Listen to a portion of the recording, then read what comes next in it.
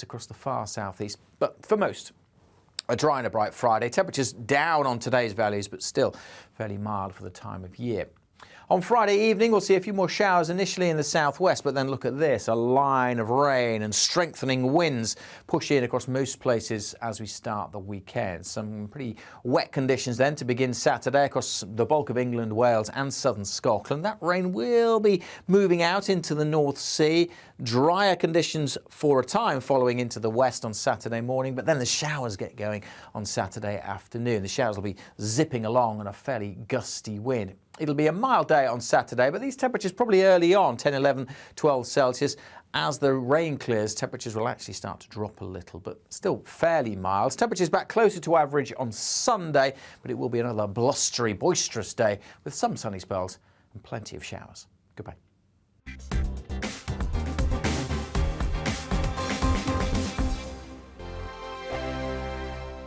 I'm Mark Dolan. Join me at 11 on GB News for Headliners, in which I'll be joined by two of the UK's top comedians discussing tomorrow's papers. If it's an important story, we'll cover it, but we'll have some fun along the way. Headliners, the late-night paper review that won't send you to sleep like the others will. 7 nights a week at 11 p.m. on GB News.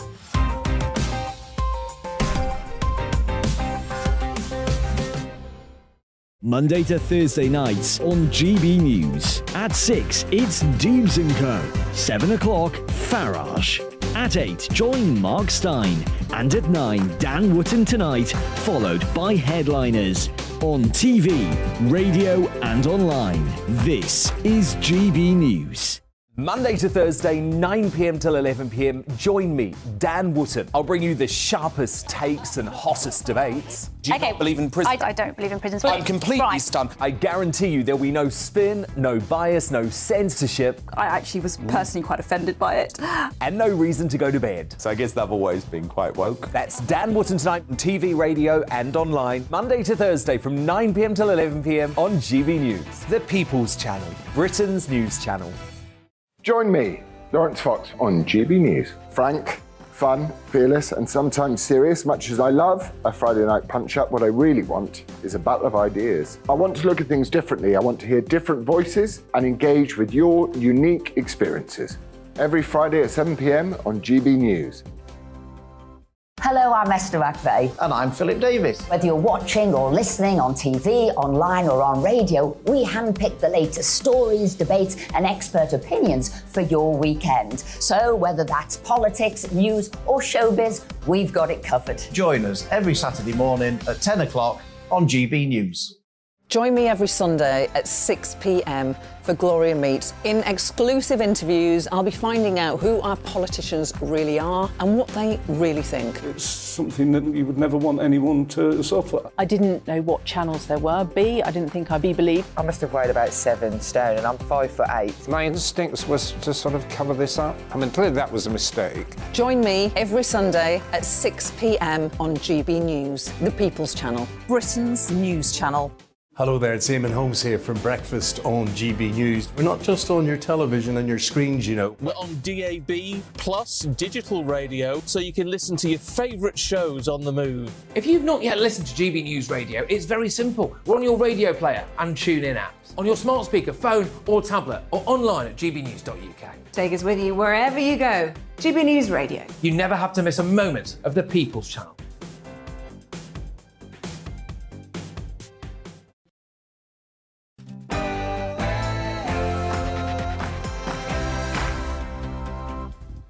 No spin, no bias, no censorship. This is Dan Wootton Tonight with me, Mark Dolan. Brothers at war. Prince Harry's treachery against his own flesh and blood hits a new low as he takes a swipe at his own mother, Princess Diana, and sensationally accuses William of assault. I'll deliver my big opinion on the latest revelations from the runaway royal's explosive memoir next. Then my superstar panel react. Tonight I'm joined by Dominique Samuels, Sean Bailey and Amy Nickel. Plus, what does Diana's former butler, a man who knew her intimately well, make of the warring Windsors? Paul Burrell weighs in on the Royal Rumble live in an unmissable exclusive at 10:15. You won't want to miss it. Also coming up, Sir Keir Starmer today promised Labour would take back control as he laid out his vision for Britain. But is Labour really ready to govern? Tory grandee Edwina Currie and the Daily Mirror's associate editor, political big hitter Kevin Maguire do battle in the clash at 9:20. As the chief of the Nurses Union says her members would accept a 10% pay rise, that's right, a 10% pay rise, is the government right to introduce legislation that will make it harder to go on strike? Former Conservative Minister Anne Widdecombe gives her no-nonsense take, Big Widdy style, at 9:50. Has the renewed clamour for COVID restrictions unleashed a fresh wave of tin pot authoritarians? So can you just tell me what you just said now? That I have to leave, even though I've showed you an exemption card? To wear a mask in this floor. What a hero. A woman after my own heart. That is the sound of freedom fighter Nazarene Veronica being attacked by hospital staff for exercising her right to not wear a mask. She tells her shocking story live in the studio at 9:35 and she'll be mask-free. We've heard plenty from politicians and unions on the NHS, but how do ordinary Brits actually feel about our crumbling health service? Man of the people, Charlie Lawson, gives them a voice in Uncancelled at 10:45. We'll also get the Corrie Star's reaction to the royal soap opera. Plus, do prisoners and illegal migrants get better treatment than hard-working folk in modern Britain? That's our big debate in the media buzz at 10 o'clock. Plus tomorrow's newspapers and my final Greatest Britain and Union jackass of the week. This is Dan Wootton Tonight with me, Mark Dolan. Let's go.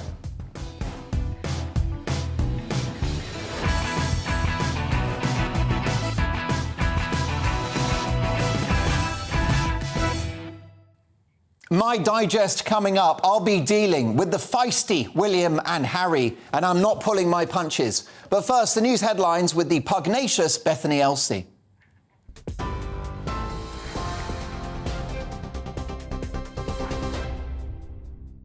Mark, thank you. Good evening. I am Bethany Elsey with your top stories from the GB newsroom. Prince Harry has made his most damaging allegations yet against the royal family, including an accusation his brother, the now Prince of Wales, attacked him. Leaked extracts of his autobiography Spare, which is out next week, reveals claims that William grabbed Harry by the collar and pushed him to the floor during an argument about his marriage to Meghan.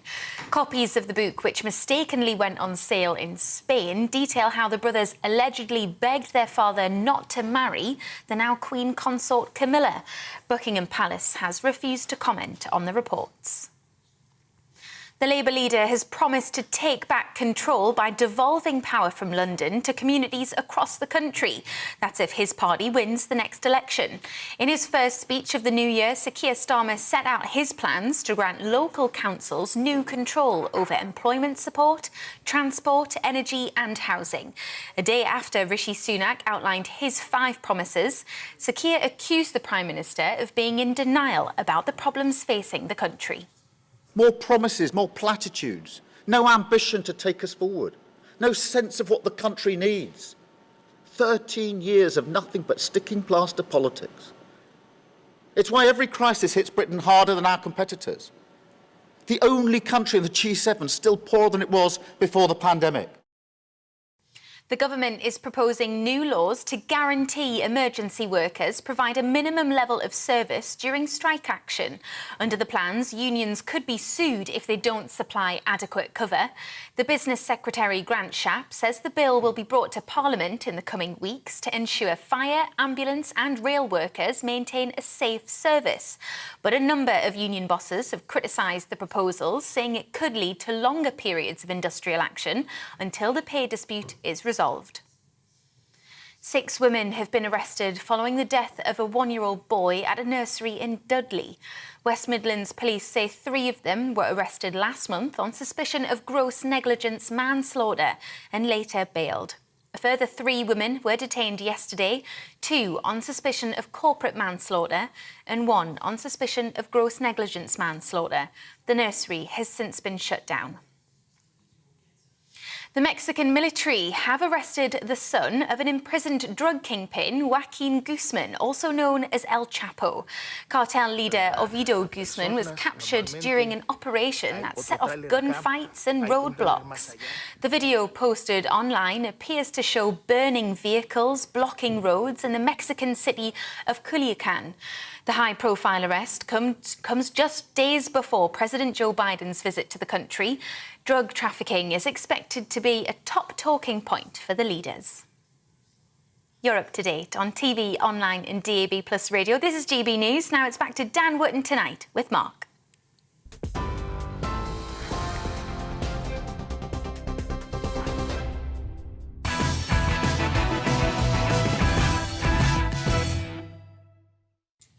Who could blame Prince William for allegedly giving his spoiled, entitled younger brother a bit of a slap? If your older brother can't straighten you out when your missus is getting on everyone's wick, who can? The claims of a brotherly bust-up dating back to 2019, in which Prince William allegedly shoved Harry and knocked him to the floor, feels like Handbags at Dawn, and like a posh royal episode of EastEnders and the Mitchell Brothers. Although these two are more like the Chuckle Brothers. And this aristocratic soap opera looks set to run and run, with the Queen Vic being replaced by Buckingham Palace. Prince Harry has been complaining that his family have leaked stories to the press. How surprising, therefore, that a copy of his forthcoming book, which promises to be longer and more tedious than War and Peace, and likely packed with just as much fiction, should mysteriously land at the Meghan and Harry supporting Guardian newspaper, a rag hardly known for its showbiz exclusives. Harry claims that his brother called Meghan difficult, rude and abrasive. Far from controversial, I think William would win the award for statement of the bleeding obvious there. Meghan's a bit difficult, no shit Sherlock. In other news, the Pope's a Catholic and bears relieve themselves in the woods.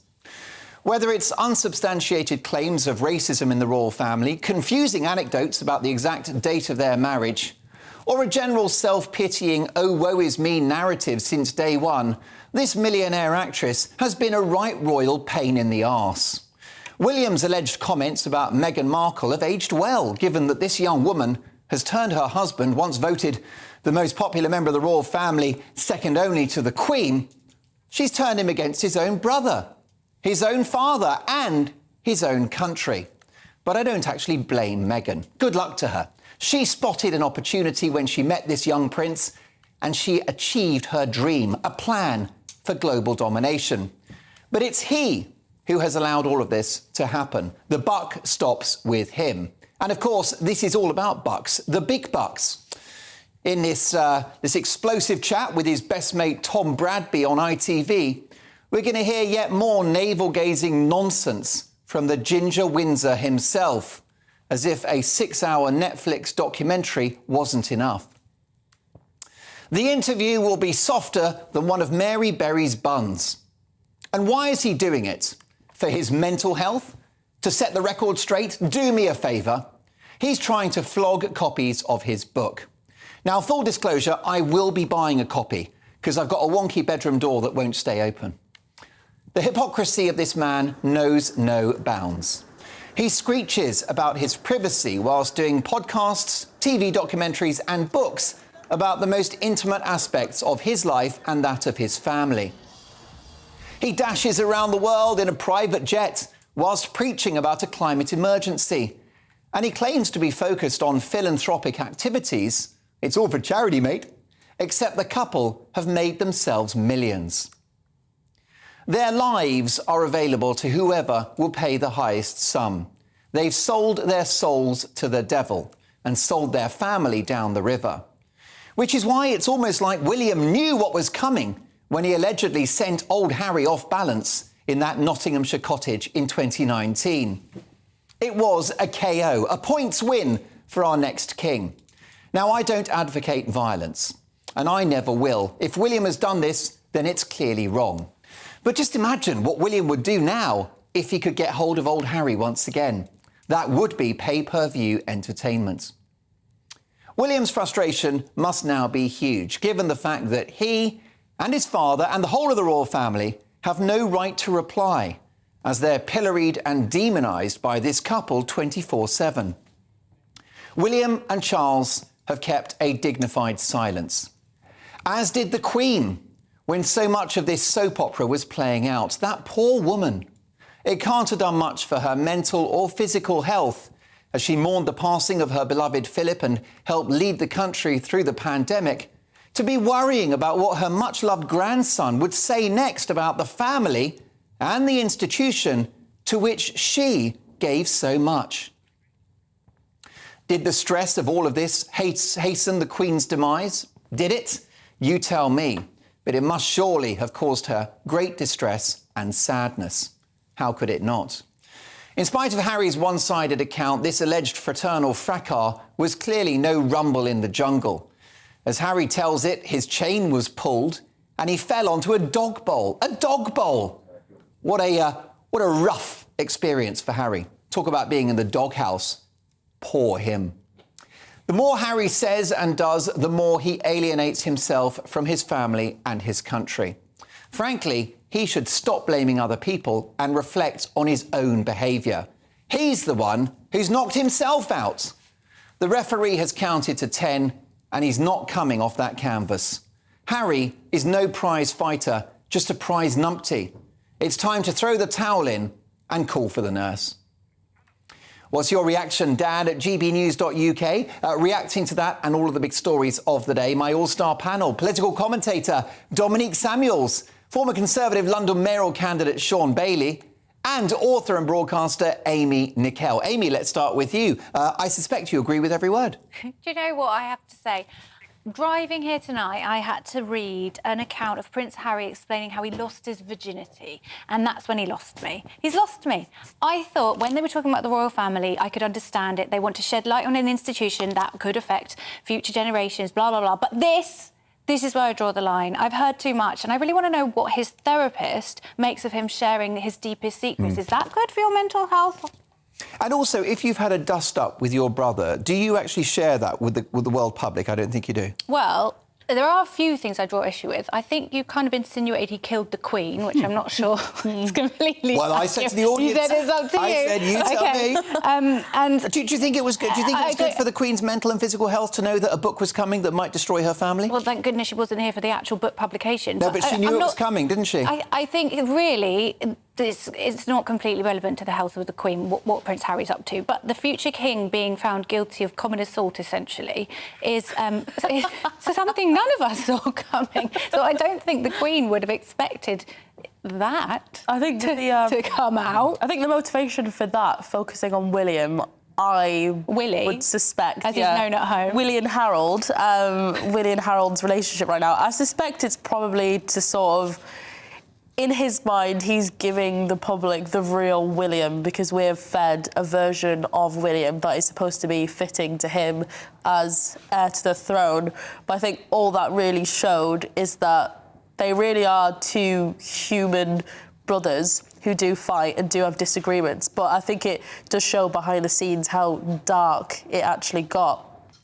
But for me, I'm starting to look at this a bit cynically now because we're in a situation where this country is basically crumbling and we are being given endless renditions by every single mainstream media platform that you can imagine about how Harry is supposedly blaming William and Kate for a Nazi uniform he wore like 1,000,000 years ago. Like, hello, can we wake up? We're sending billions to Ukraine. People can't afford to heat their homes and we're sat here obsessing over a uniform that he wore ages ago.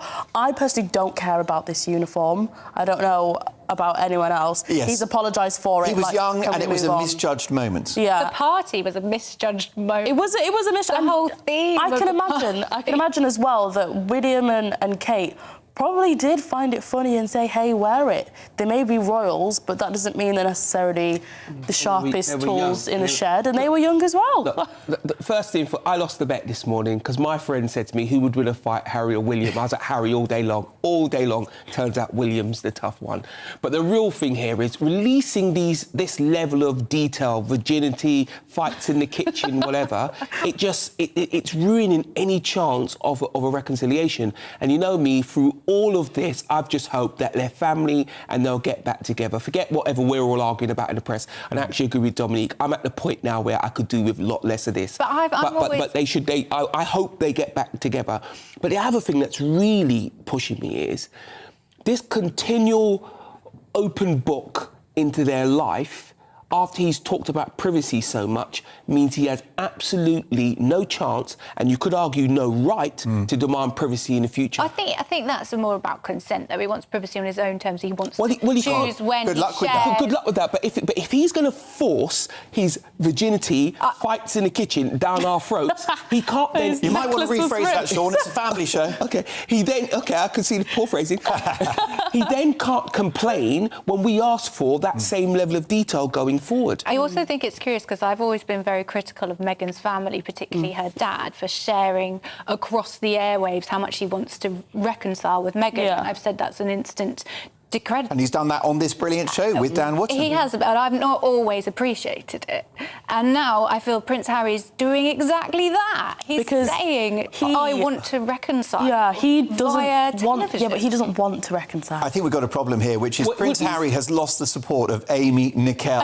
Hold the front page. It's over, Sean. What it is, he wants to inflict pain. And here's the thing, I think. Everybody keeps talking about Meghan leading Harry astray. That isn't true for me. What's happened is he's picked someone who will support him in a plan he's always had. And she may have encouraged him to do it, but I really do believe he's a grown man and he's made these decisions. When you look at the interviews in the documentary, he didn't look like he was having to rehearse or figure out what to say. He's wanted to say this stuff for years. But now that he's made his bed, he'll have to lie. Yeah, I think it would be frustrating if you were reading one version of events, which is William and Kate. Yeah. So you might want to word vomit. Yeah, and that's another thing I will take to task, actually. But not at this that we are constantly being told that William and Kate can't reply, they can't reply. Well, Harry is right that they do reply via royal sources, and these royal sources get their information directly from the royal family. I'd always that's not the same as a 6-hour Netflix I'd always say, though, but the thing that's driving him, which I would agree with, he has sat for years and been pilloried and attacked, and this is his moment to give his version. And I could see why he would do that, but it's how far he's gone with it and who he's attacked. Oh, well, I do believe that with the departure of Amy Nicole, that Harry has lost the dressing room. He's got no support now, and there was no balance in that conversation. So do you want to balance it out? Are you on Harry's side? Drop me a line, Dan at gbnews.uk. Still to come, as virus scaremongering continues apace, we meet an incredible young woman live in the studio, Nazarene Veronica, who's gone viral after footage emerged of her bravely refusing to wear a mask in hospital. That's at 9:35. Don't miss her story. But next up in the clash, are Labour truly ready to lead the country? Tory grandee Edwina Currie goes head-to-head with Kevin Maguire from the Daily Mirror on Keir Starmer's big pledge. What do you think? Is Britain ready for a Labour government? Dan at gbnews.uk or tweet us at gbnews, and please vote in the poll. The results are next.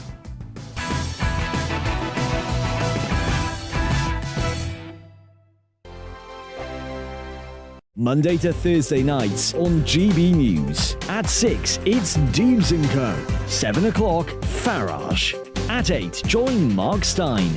And at 9, Dan Wootton Tonight, followed by Headliners. On TV, radio and online. This is GB News.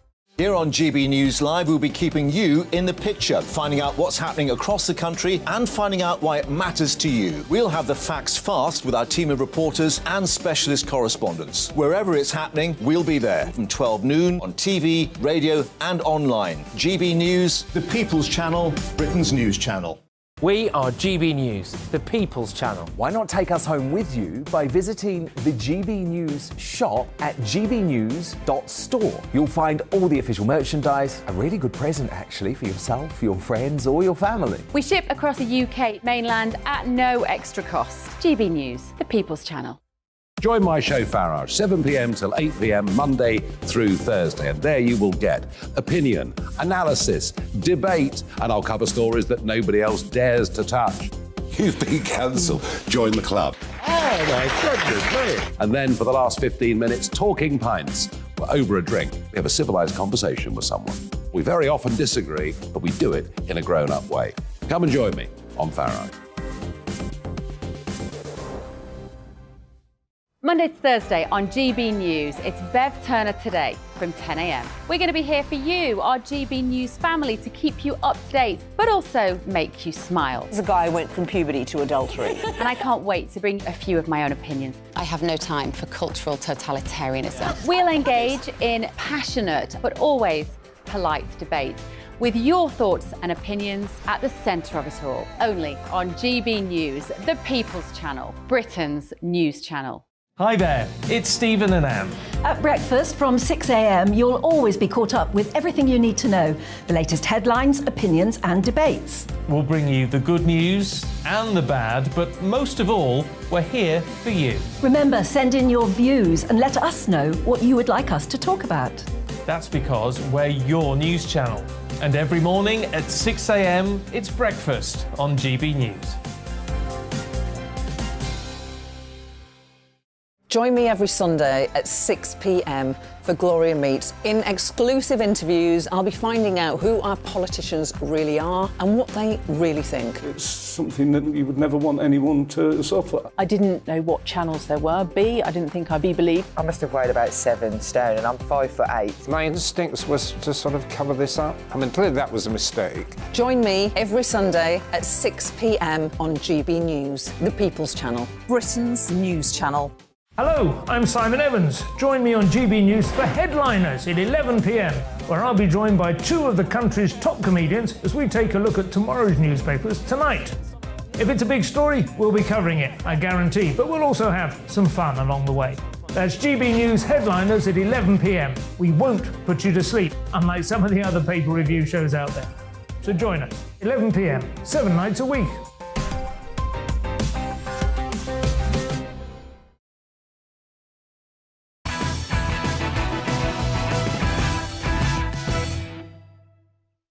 It's time now for The Clash. Sir Keir Starmer set out his pitch for governing the country during his New Year's speech today as he promised voters a provocatively named Take Back Control bill if Labour wins the election. Can feel the public looking at us again, and we won't let up.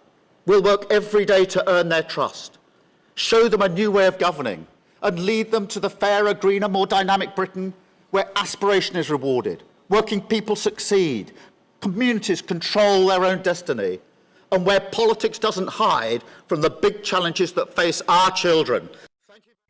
Shall we have a whip round and buy him a jacket? What do you think? Dan at gbnews.uk.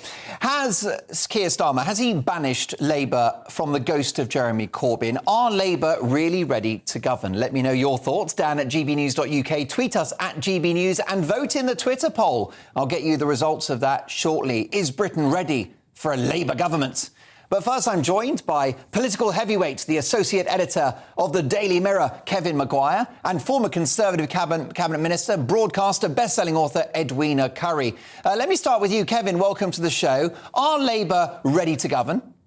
I think they're preparing, Mark, and getting ready, yes. And I think the fact he used that Take Back Control slogan, he's trying to make his peace with Brexiteers, saying, look, I accept Brexit is happened, I'm not going to reverse it. That shows he is hungry for power. And he will have to, yes, sketch out more policies. He will have to seal the deal because the election's unlikely until the end of next year. But I think he is on the road to Downing Street. So Britain, I think, is ready for change. Had 13 years of the Conservatives on a third Prime Minister we saw last year, made a hell of a hash of it. And I think people just feel, right, it is time for change.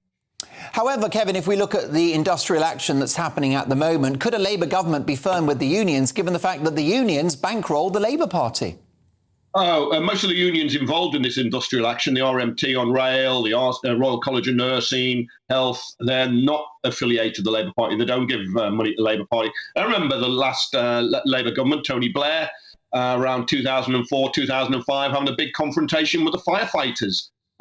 Resulted in the firefighters leaving the Labour Party, the Fire Brigades Union, Green Goddesses were on the streets and so on. So he can be pretty tough. But in some ways, these disputes are symptoms of a deeper problem. That is the biggest collapse in living standards for a century, and the government holding down pay, I think, too tightly. And when it negotiates really badly. I've covered industrial relations for 30-odd years, and I've never seen a government so incompetent on the way it handles trade unions and groups of workers. And given the Conservatives, Edwina's party has ruled most of the last 3 centuries, and it's done so partly by dividing and ruling, I'm amazed they haven't divided the unions in doing a more generous deal with nurses and ambulance workers as it fights on other fronts. So, yeah, Labour can be tough with trade unions, and strikes would not go away if Labour was in power. And I think it's quite right, Mark, to keep asking the question, what would Labour do in negotiations? I think, and on public sector pay, I think that is absolutely right. But I do think they are ready for power now, and I think Britain wants a change. That's it. They're sick of the Conservatives. Edwina Curry, from your own political CV, you know what a party looks like when it's ready for government. Is Labour? Nowhere near. What Kevin says is right, though. I think the campaign for the next general election has started in the last few days. And it's clear where various protagonists are trying to draw at the battle lines. The battle line that says, strikes are not a good thing, and that government should not give in to strike action, because if you do, you just get more strikes. And they should certainly not give in to inflationary pay demands like 19%, because if you do, you just get more of those inflationary pay rises. You build inflation into the system. You make life much worse, especially for the low paid. Those are lessons that Conservatives learned a long, long time ago, because they happened under the Labour governments, particularly of Harold Wilson and of James Callaghan. I think Kevin and I are both just about old enough to remember what it was like living through all of that. And inflation at not 9, 10, 11%, and it's coming down right now, but inflation at, 16, 17%? I remember our mortgage at just touching 18%. It was a horrible time, absolutely horrible time. And that's why people voted for Margaret Thatcher and her efforts that she made quite clear that she was going to tackle the unions. And hey presto, today, we have not only Keir Starmer making a speech, but we have the government making it quite clear that they're going to tackle the unions by ensuring that essential services have to be maintained. That basically means that the strikes are not going to be effective and they will peter out. But Edwina, why is it that you say Labour are not ready to govern? Many of my viewers will think that the Tories have made a Horlicks of being in power, especially in recent years. Well, I'd say recent months. I think the autumn was a time that most loyal Tories would rather forget. If you're voting for change, you've had quite a lot of it in recent weeks. And one of the lovely things that's been happening with Rishi Sunak is that everything has calmed down. We've very nearly got boring government. Thank heaven for that. I agree, but why aren't Labour ready? The markets are much happier. Interest rates are stabilising. It looks like inflation is coming down. Price of gas is certainly coming down. We look forward to a much calmer period when Edwina, folks don't get rocked. I hear what you're saying, but you're being that rather sophisticated and artful politician again. It's old habits die hard. Why are Labour not ready to govern? Well, apart from anything else, because we have a perfectly competent bunch of people in charge right now, and their competence will be shown over the next almost 2 years. The promises that have been made will be kept, and I've no doubt that that's exactly what the Prime Minister intends to go to the country with in due course. Now, what Labour are doing, are they having a look at what is popular in focus groups? Focus groups are telling them that Brexit actually matters still to very large numbers of people, that levelling up matters still, or at least that phrase, one of the things the Prime Minister was careful to say in his statement earlier in the week was that we want growth through the whole economy, not just in parts of it. And I'm very taken with that distinction. I mean, I live up here in the north of England, and we very much like as much money sloshed around here as possible. Absolutely. But I can see the value of being aware that there are other parts of the country that then feel that they're being a bit deprived or having their money taken from them. OK, and I think Edwina makes a great point, doesn't she, Kevin, that Rishi Sunak has taken the wind out of Keir Starmer's sails in the last 24 hours. His 5-point plan, he's going to halve inflation, he's going to stop the boats, and he's going to boost the economy. What's not to like? Yeah, Mark, you know as well as I know that your viewers, the British public, don't believe he's going to stop the boats. There's no easy way to stop the boats. Yeah, inflation is going to fall. All the forecasts are it'll be more than half next year.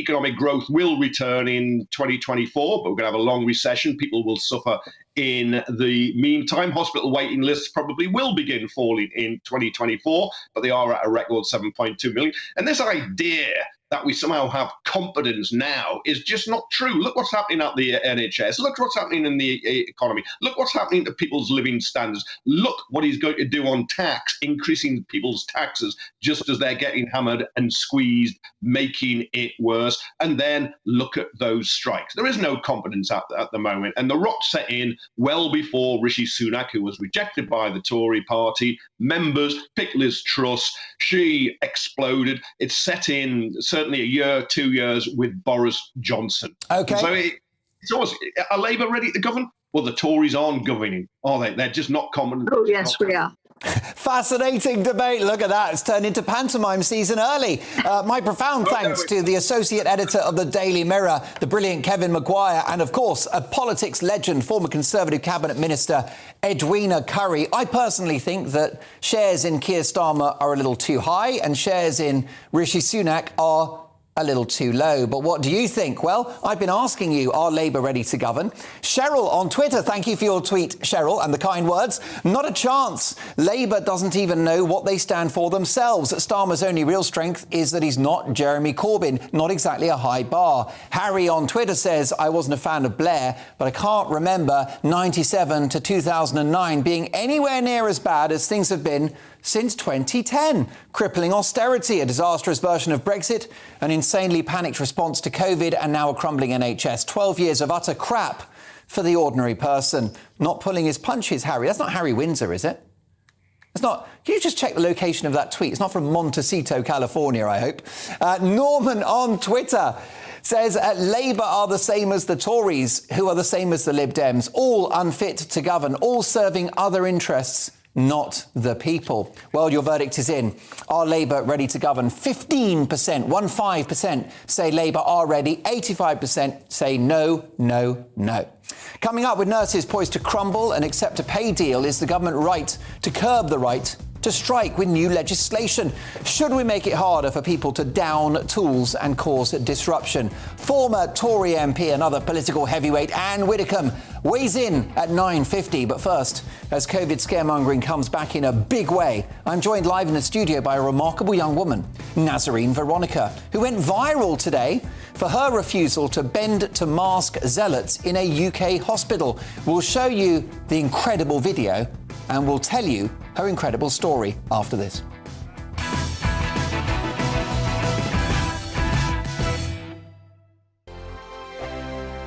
We are GB News, and we'd like to say thank you to each and every one of you for bringing us your conversations, for helping our great nation find its voice. We are here for you on radio, television, and online.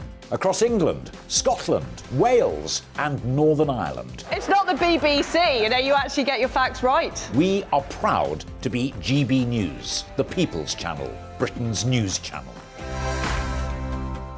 Monday to Thursday, 9 p.m. till 11 p.m. Join me, Dan Wootton. I'll bring you the sharpest takes and hottest debates. Do you not believe in prison? I don't believe in prisons. I'm completely stunned. I guarantee you there'll be no spin, no bias, no censorship. I actually was personally quite offended by it.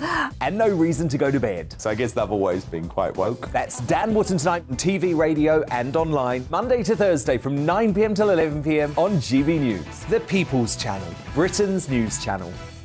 My name's Tom Harwood and join me 9:30 a.m. every weekday for The Briefing, your one-stop shop for everything you need to know about what's going on in politics today. I wonder if this is a deal that might need to be like the biscuits in this factory, twice baked. Is there not an opportunity here to win out against the extremes? Tom Harwood, GB News. What are you going to do about it? Things should have been done differently, and they certainly are being done differently. Don't miss it. The Briefing with me, Tom Harwood, 9:30 Monday to Friday on GB News. Every morning from 6 o'clock, we'll wake you up with GB News Breakfast with all the stories you didn't know from the night before. So whether it's serious news, entertainment, or your own views from all over our great nation, we're here to kick off your day with a smile. The national media should be reflecting and reporting what's happening here. You will notice the northwestern accents. Whether you're with us on TV, radio, or online, every morning, it's breakfast from 6 a.m. Hope you can join us. We are GB News, right across the nation. You can get us on television, on radio, on digital. We're absolutely everywhere. Amazing! You see, amazing! You remind me of me in the European Parliament. But here's the most important bit. We are not part of the mainstream establishment. We think and speak just like you do. We are the People's Channel. Magnificent. That's really, really thoughtful. Come and join us on GB News, the People's News Channel. Join me, Nana Akue, Saturday and Sunday afternoons on GB News. Expect fiery debate and passionate discussion as me and my panel tackle some of the biggest topics hitting the headlines. It's a place for everyone's opinion. No one gets cancelled, but no one gets an easy ride. Oh, she's on it today! Be ready for conversations that are fierce, frank, and of course, fun. Every Saturday and Sunday afternoon from 4 p.m. on GB News, the People's Channel. We are GB News, the People's Channel. And right across the United Kingdom. You can find us on Sky Channel 512, Virgin Media Channel 604, Freesat Channel 216. Freeview Channel 236 and YouView Channel 236. You can also take us with you on DAB Plus Radio. With the GB News app and at the website gbnews.uk. We're absolutely everywhere. Come join us on GB News, the People's Channel, Britain's news channel.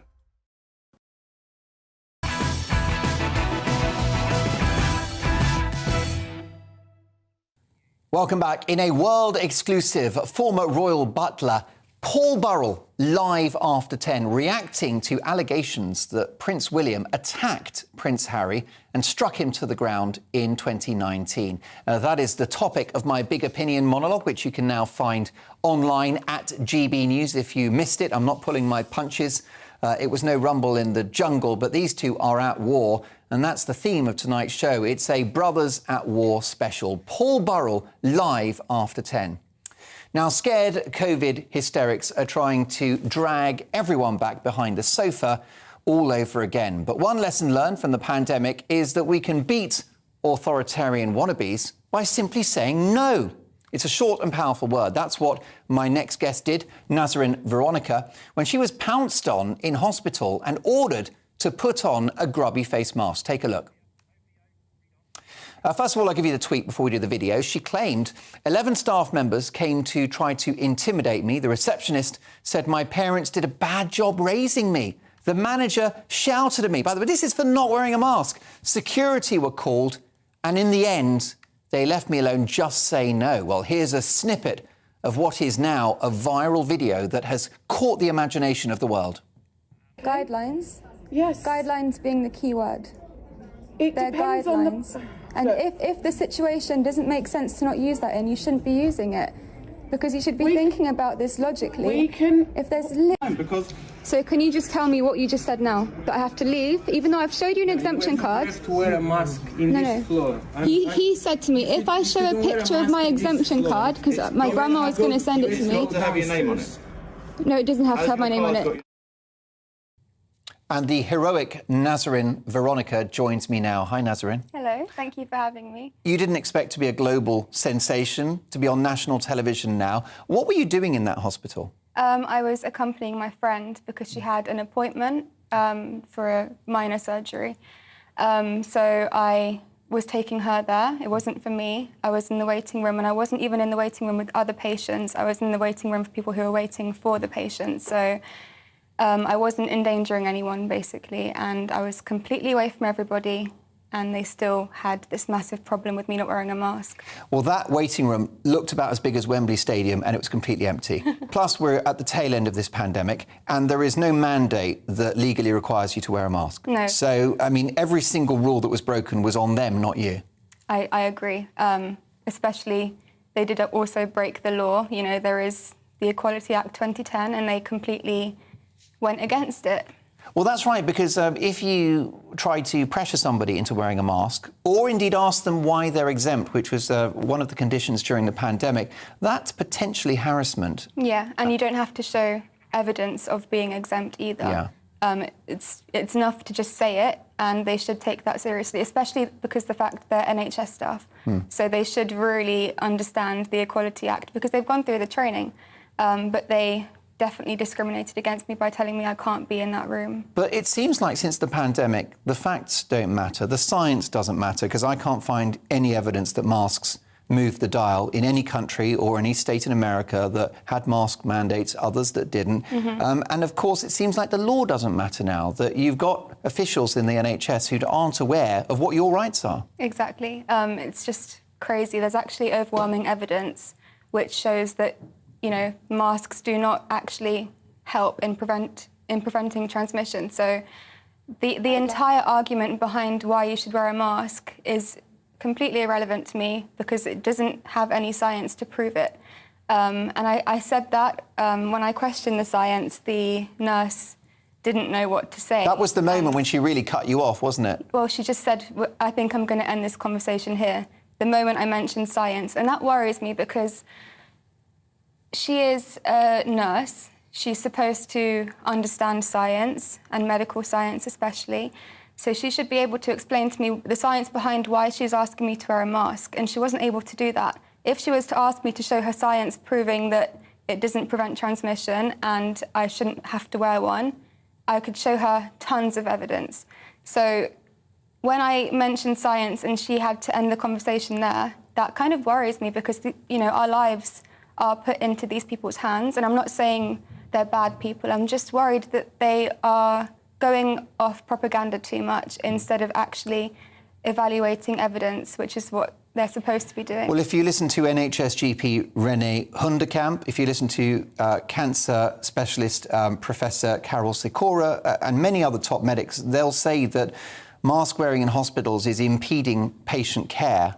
And I was actually in an NHS hospital earlier this week, like you, and I mean, the doctors and nurses, just fantastic, as always. But the number of doctors that kept taking their mask off in order to get their point across, lots of nurses going around with a little Abraham Lincoln with the mask on the chin. And of course, these are the flimsy surgical masks, which Germany during the pandemic didn't accept as proper masks anyway. Exactly. And if you look at the boxes, it also says these masks do not prevent transmission of any virus. One question, why wouldn't you put a mask on, A, just for a quiet life, and also to reassure other patients? So I think a lot of people would be watching, who watched that, would say that I should have just put the mask on. It would have made my life so much easier. I wouldn't have had all this harassment and, you know, security being called on me, threatening to call the police. None of that would have happened if I just put the mask on straight away, right? And that's true. It would have been the easy option. But the way I see things, when people take the easy option, when they can see something is tyrannical and shouldn't be happening and doesn't make any sense and has no science to back it, when they take that easy option, you are just saying, OK, I'm not going to use my own brain. I'm going to just listen to what you're saying because it makes my life easier. But if you look at historical events where people have complied with tyranny, look where it led to. And we've seen that with the vaccine. Now, I'm triple vaccinated. I'm no anti-vaxxer. If I was 80 with comorbidities, I'd be all over that bloody vaccine. But people lost their job for not being vaccinated, and many felt pressured into having it that statistically did not need the thing. You appeared on a BBC documentary, which I thought was very unbalanced. It looked like a stitch-up to me. And you were in that. Have you got any further thoughts about the vaccine? I completely stick by everything I said before. In fact, there's now even more evidence showing that it's not effective in preventing, transmission of the virus. It's not effective in preventing hospitalisation or death. So I'm a person who looks at evidence every time. I always have to make sure that every opinion I form is formed based on the evidence that's available on both sides. And the more evidence that comes out, the more I know that I made the right decision in every single decision I've made in the past 3 years. Do you not worry that if what you've said about the vaccine, let's say somebody that isn't a vulnerable group watches that and goes, oh, the vaccine won't help, I won't take it, and then they get COVID and then they're very poorly, does that not weigh on your mind a little bit? Just that, can we definitively say the vaccine doesn't work? Is that a little strong? I didn't say it doesn't work, but if you look at the evidence, it really, really does prove that it doesn't prevent transmission. So it's not my fault that you got the virus, because people who are vaccinated also get the virus. Yeah. And they can also pass it on, and it doesn't actually prevent that from happening. So for someone to say, oh, because you're not vaccinated, I got COVID and it's your fault, it kind of makes me feel like they're basing their whole view on the vaccine on propaganda instead of actual science. Absolutely right. You're a heroic figure, in my opinion, and you're right, you must call out tyranny. We need people, and we always did through history, people to stand up and say, this doesn't make sense. And I think we're in a world where we're calling the earth flat and, up is down and left is right. I think the world's gone mad, to be quite honest with you, Nazanin. You were strong in that video. You held your ground. You were incredibly articulate. That's why it's gone viral. But afterwards, after that altercation, you admitted that you were quite upset. Yeah. So tell me about that. Of course, I had 11, people coming at me and, trying to convince me. So you had 11 people? 11 staff. Right, and they haven't got anything better to do in a hospital where patients are waiting for treatment and where there's a waiting list of 7 million across the country. And 11 turn up to harass you for not wearing a flimsy mask. Yeah, 11 including the security guards. But were you scared? I was scared, especially when the manager, who was a male, much bigger than me, and much louder than me, was shouting, in my face, telling me that I need to put on a mask or get out, or he's going to call the police, or he's going to get the security to drag me out. He said that. So, of course, that is quite overwhelming. And I went through 5 hours of that. 5 hours of trying to argue my case, trying to stand up for myself and say no.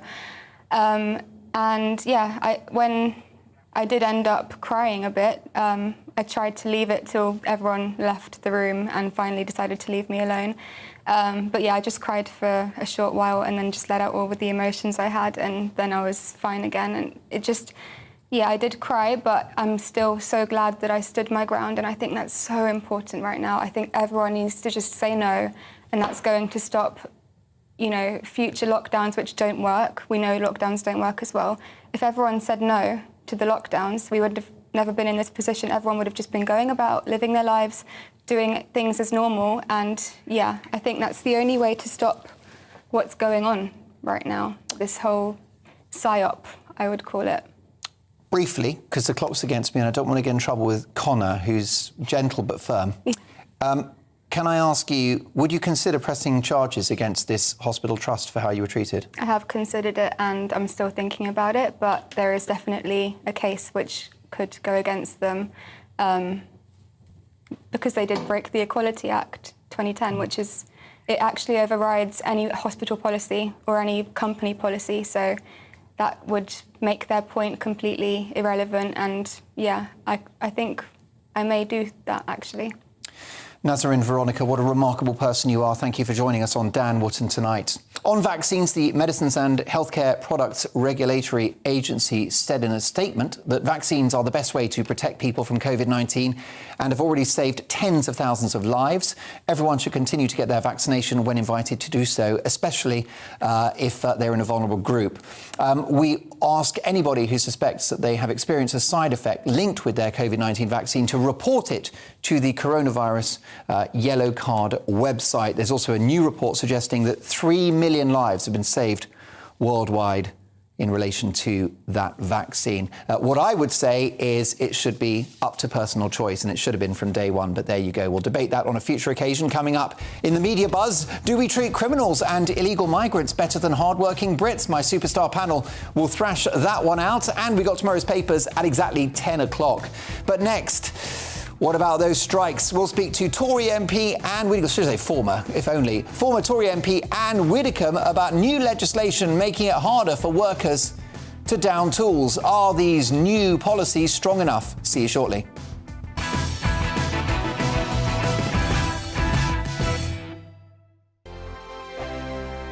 Monday to Thursday nights on GB News. At 6, it's Dubes & Co. 7 o'clock, Farage. At 8, join Mark Stein. And at 9, Dan Wootton Tonight, followed by headliners. On TV, radio and online. This is GB News.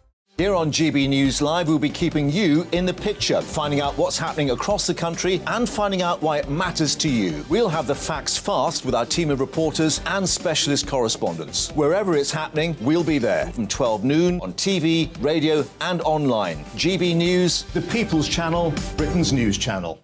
Hello, I'm Michelle Dewberry, and you can join me every weekday 6 till 7 on Dubes & Kerr. Me and my panel will get stuck right into the day's events, and I can tell you, in fact, I can warn you, expect some robust debates, some strong opinions and perspectives from both sides of the fence. It's about you at home as well. I love to read out all of your comments, or at least as many as I can. So join me, Michelle Dewberry, Monday to Friday, 6 till 7 on Dubes & Kerr.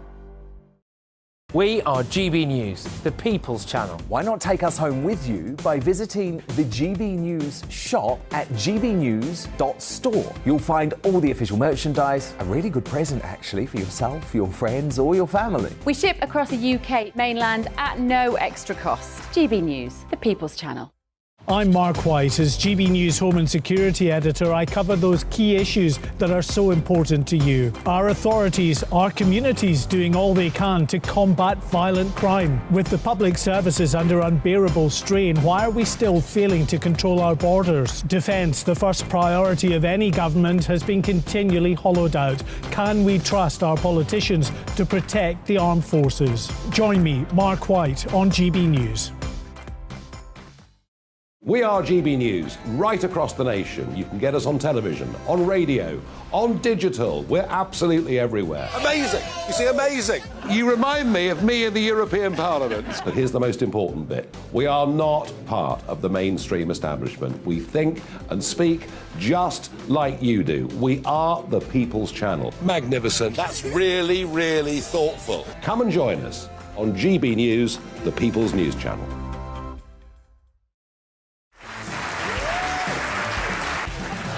My name is Andrew Doyle. Join me every Sunday evening at 7 p.m. for Free Speech Nation. This is a show where we address current affairs and news stories of the week with the help of two wonderful comedian panellists. I brought in comics because I want to give it a lighter edge, and also they work for less. See you there.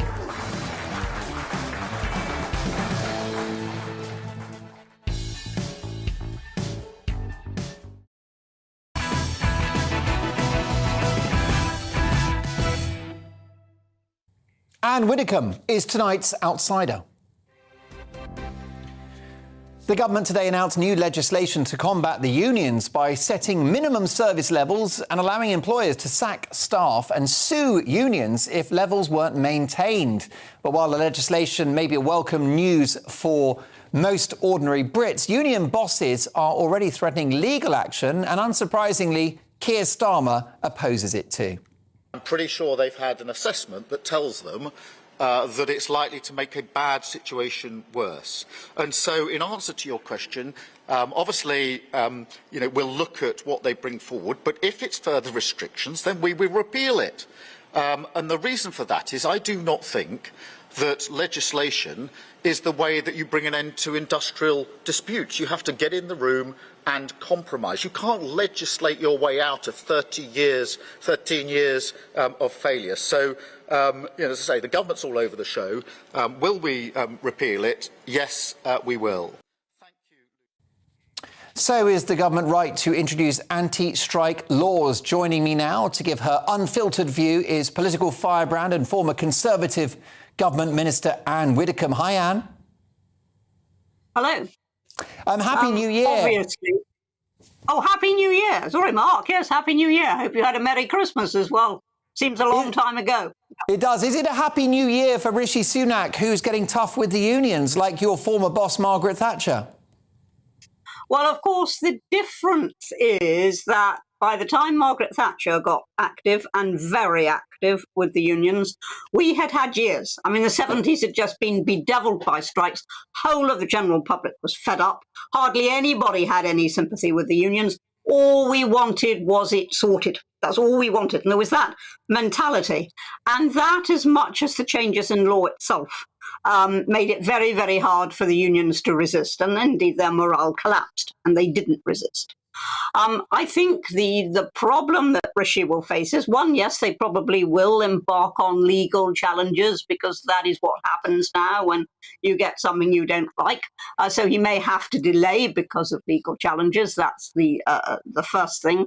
The second thing is there are still large sections of the public who support the strikes. Now, I'm not saying the majority, but there's, except in the case of the nurses, but there's a large section of the public that supports the strike. They are not yet worn down as they were during the 70s. Those are the two things he has to face. But he is right to say we got to act now because now people are dying because of the NHS situation. So strikes would only make that very much worse. Businesses are collapsing because people can't get to work. So he's right to say we've got to take action now. Everything depends on the follow through. And that is what he's got to get right. After all, we've got Brexit. They haven't followed that through.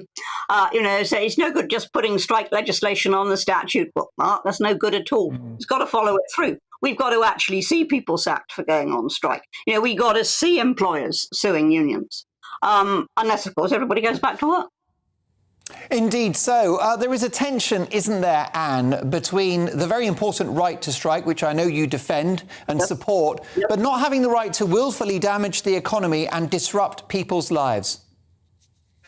I do support the right to withdraw labour. But I also believe that if you do that, you must face up to the consequences. And if the consequences are, as they would be in the NHS, where I believe it should be totally unlawful to strike, that people can actually die or their health can be very seriously compromised or whatever it might be. They can even be paralysed if they have a stroke that's not dealt with in time. Then that is a consequence that you must face. And nobody has the right to inflict that on another human being. And so at that point, your right to strike comes up against somebody else's right to survive. Then your right to strike has got to be curtailed. Anne Widdecombe, it will be a happy new year if you're in it. I look forward to many more on-air conversations in the next 12 months. The political firebrand, best-selling author and television personality Anne Widdecombe. Coming up next, Diana's former butler in a World Television exclusive is live on the show. Paul Burrell reacts to the alleged fight between the two brothers. And are we getting a bit soft on prisoners? I'll see you after the break.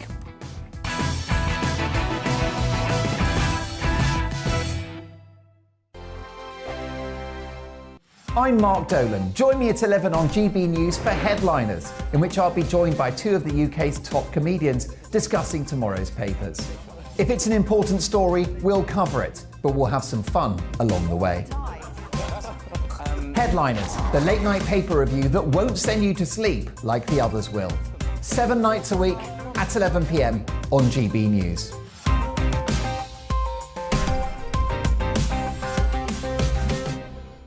Hello, I'm Michelle Dewberry, and you can join me every weekday 6 till 7 on Jubes and Kerr. Me and my panel will get stuck right into the day's events, and I can tell you, in fact, I can warn you, expect some robust debate, some strong opinions and perspectives from both sides of the fence. It's about you at home as well. I love to read out all of your comments, or at least as many as I can. So join me, Michelle Dewberry, Monday to Friday, 6 till 7 on Jubes and Kerr. I'm Mark White. As GB News Home and Security Editor, I cover those key issues that are so important to you. Our authorities, our communities doing all they can to combat violent crime. With the public services under unbearable strain, why are we still failing to control our borders? Defence, the first priority of any government, has been continually hollowed out. Can we trust our politicians to protect the armed forces? Join me, Mark White, on GB News. We are GB News, the People's Channel. And right across the United Kingdom. You can find us on Sky Channel 512. Virgin Media Channel 604. Freesat Channel 216. Freeview Channel 236. And YouView Channel 236. You can also take us with you on DAB Plus Radio. With the GB News app and at the website gbnews.uk. We're absolutely everywhere. Come join us on GB News, the People's Channel, Britain's news channel.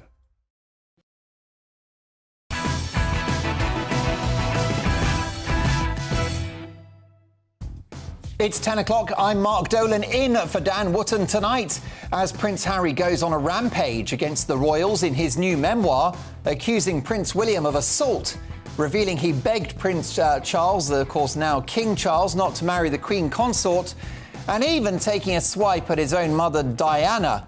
We'll speak to her former butler Paul Burrell. We'll get his reaction in a World Television exclusive. That's at 10:15. Paul Burrell, live in 15 minutes' time.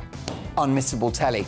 Former Corrie actor Charlie Lawson will deliver the people's verdict on the royal soap opera as well. Plus, he'll ask if the NHS has brought this crisis upon itself. That's tonight's Uncancelled at 10:45. Also, do prisoners and illegal migrants get better treatment than hard-working Brits? I'll debate that with my superstar panel next. Tonight, Dominique Samuels, Sean Bailey and Amy Nickel. And after Rishi Sunak speaks out, should we do more to protect the traditional nuclear family? We'll get into that, and we'll bring you tomorrow's front pages in the media buzz at 10:30. Plus, my Greatest Britain and Union jackass choices from the panel as well. Lots to get through. Paul Burrell live on the show in just a couple of minutes. But first, the headlines with Bethany Elsey.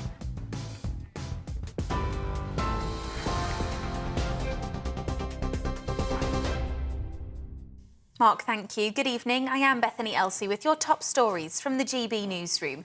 Prince Harry has made his most damaging allegations yet against the royal family, including an accusation his brother, the now Prince of Wales, attacked him.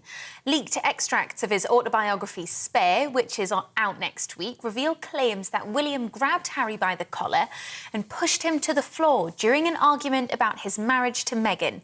Copies of the book, which mistakenly went on sale in Spain, detail how the brothers allegedly begged their father not to marry the now Queen Consort, Camilla. Buckingham Palace has refused to comment on the reports. The Labour leader has promised to take back control by devolving power from London to communities across the country. That's if his party wins the next general election. In his first speech of the new year, Sir Keir Starmer set out his plans to grant local councils new control over employment support, transport, energy and housing.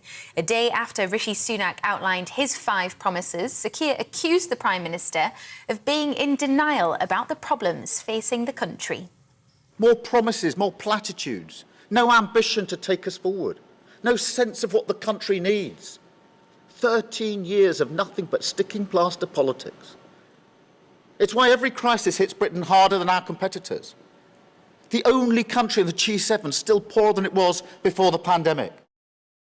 The government is proposing new laws to guarantee emergency workers provide a minimum level of service during strike action. Under the Under the plans, unions could be sued if they don't supply adequate cover. The Business Secretary, Grant Shapps, says the bill will be brought to Parliament in the coming weeks to ensure fire, ambulance and rail workers maintain a safe service. But a number of union bosses have criticised the proposals, saying it could lead to longer periods of industrial action until the pay dispute is resolved. 6 women have been arrested following the death of a 1-year-old boy at a nursery in Dudley. West Midlands police say 3 of them were arrested last month on suspicion of gross negligence, manslaughter, and later bailed. A further 3 women were detained yesterday, 2 on suspicion of corporate manslaughter and the other on suspicion of gross negligence, manslaughter. The nursery has since been shut down. The Mexican military have arrested a son of the imprisoned drug kingpin, Joaquin Guzman, also known as El Chapo. Cartel leader Ovidio Guzman was captured during an operation that set off gunfights and roadblocks. The video posted online appears to show burning vehicles blocking roads in the Mexican city of Culiacan. The high-profile arrests comes just days before President Joe Biden's visit to the country. Drug trafficking is expected to be a top talking point for the leaders. You're up to date on TV, online and DAB+ radio. Now let's get back to Mark.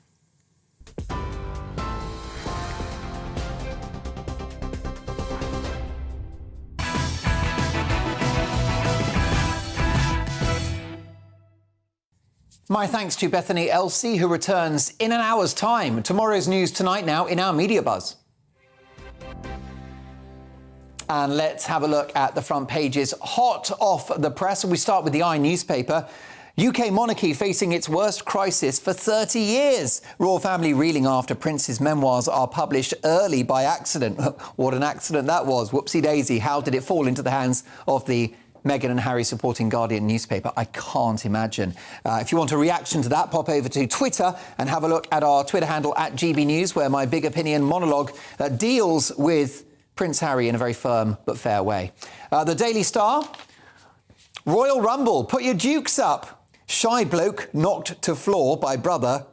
Contacted mother from beyond grave. Lost his virginity to cougar in field. Crime scene do not cross, say the Daily Star, in what is a much-needed bit of levity when it comes to this Royal Rumble. We're going to get reaction live in just a few minutes' time from former royal butler and, of course, I'm a Celebrity star, Paul Burrell, live on the show in a couple of minutes. But let's get reaction to all the big stories of the day with my superstar panel.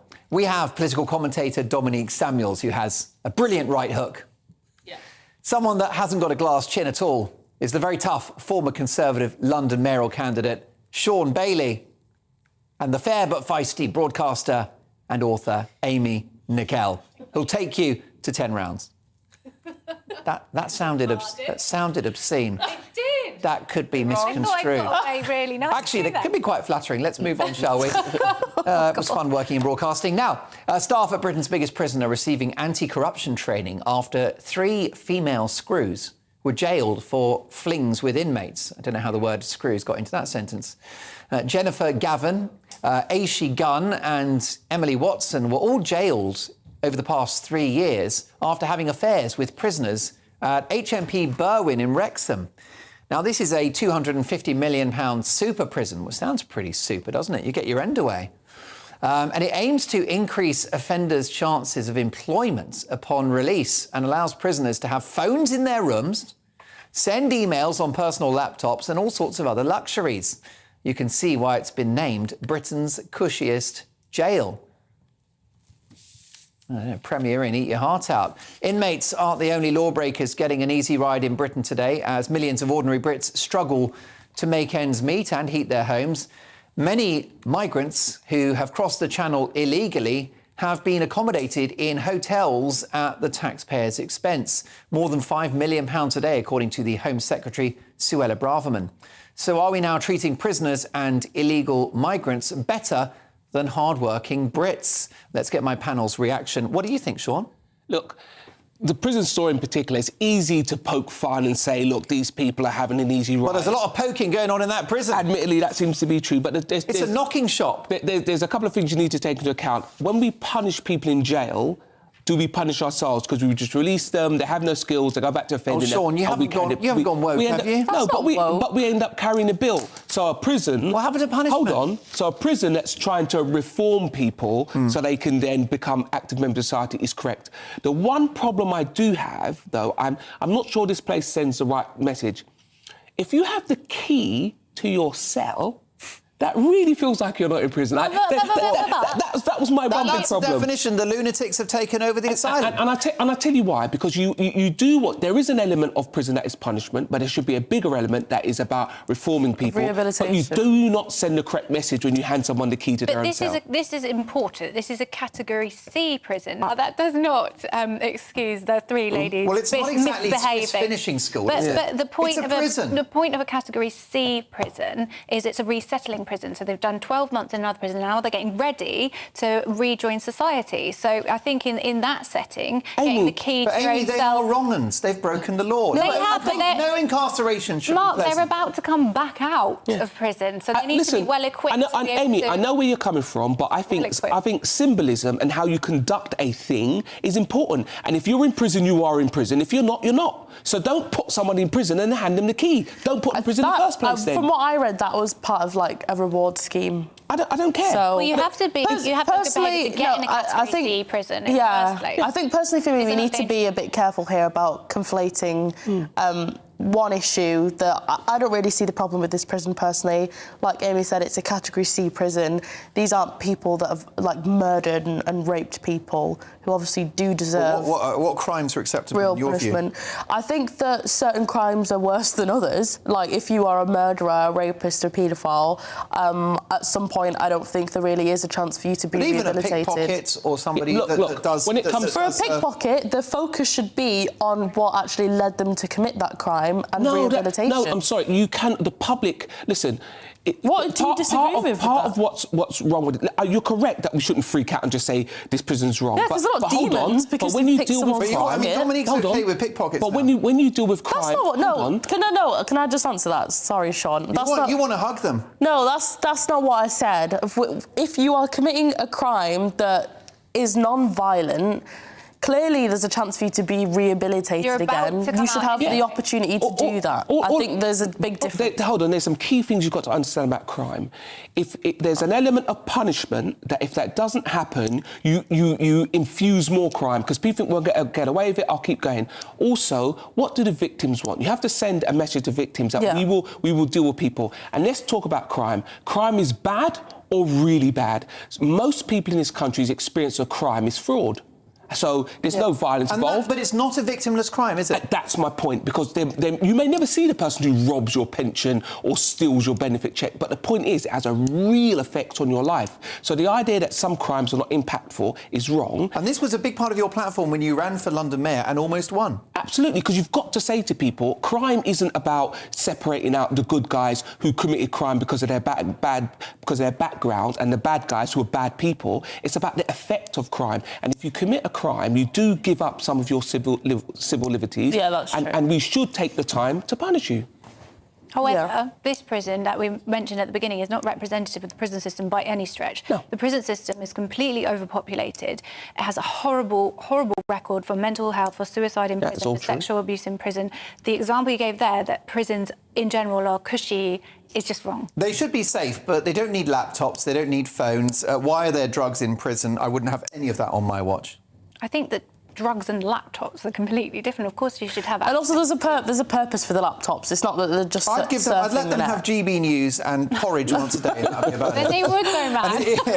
You will find they'll never reoffend you. But I think on the topic of illegal migrants, I think what is happening right now with them, being housed in hotels, so much of taxpayers' money is being spent on this. They're 100% being treated better than many ordinary Brits. This is why a lot of which are actually sleeping on the streets right now. Would you not say they're being treated akin to a prisoner, though, at the moment? No. Because a prisoner doesn't get to sleep in a five-star hotel. It's not. It's an out-of-use hotel. It doesn't matter. It's still a hotel. Listen, they pay the hotel to use the room. They've been there for up to 2 years. Here's the big problem. No job, no purpose. OK, Amy, clock's against me. Make your final point. I'll come to Sean. My point is that at the moment we are not treating any of the groups you mentioned well. Brits are getting the hardest time they've ever had. We're putting in more tax, getting less out than ever before. Public services are absolutely a nightmare, but that doesn't mean prisoners are getting easy. Migrants certainly aren't getting it easy, and I put migrants and prisoners in the same camp because at the moment they're both stuck. Do they have equal human rights? potential. Here's the thing. The problem why we won't deal with the migrant crisis is twofold. The international community is not taking it seriously. They're just letting everybody come to Britain. If somebody is seeking asylum, we have rules about that. If someone's an economic migrant, we have rules about that, all of which are broken.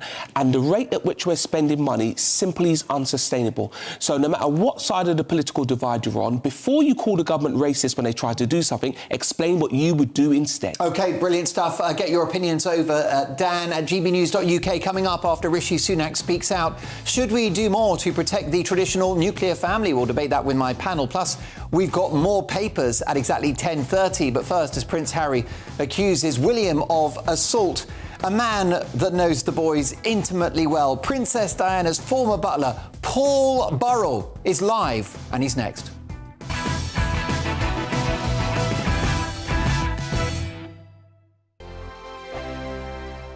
Monday to Thursday nights on GB News. At 6, it's Dubes & Co.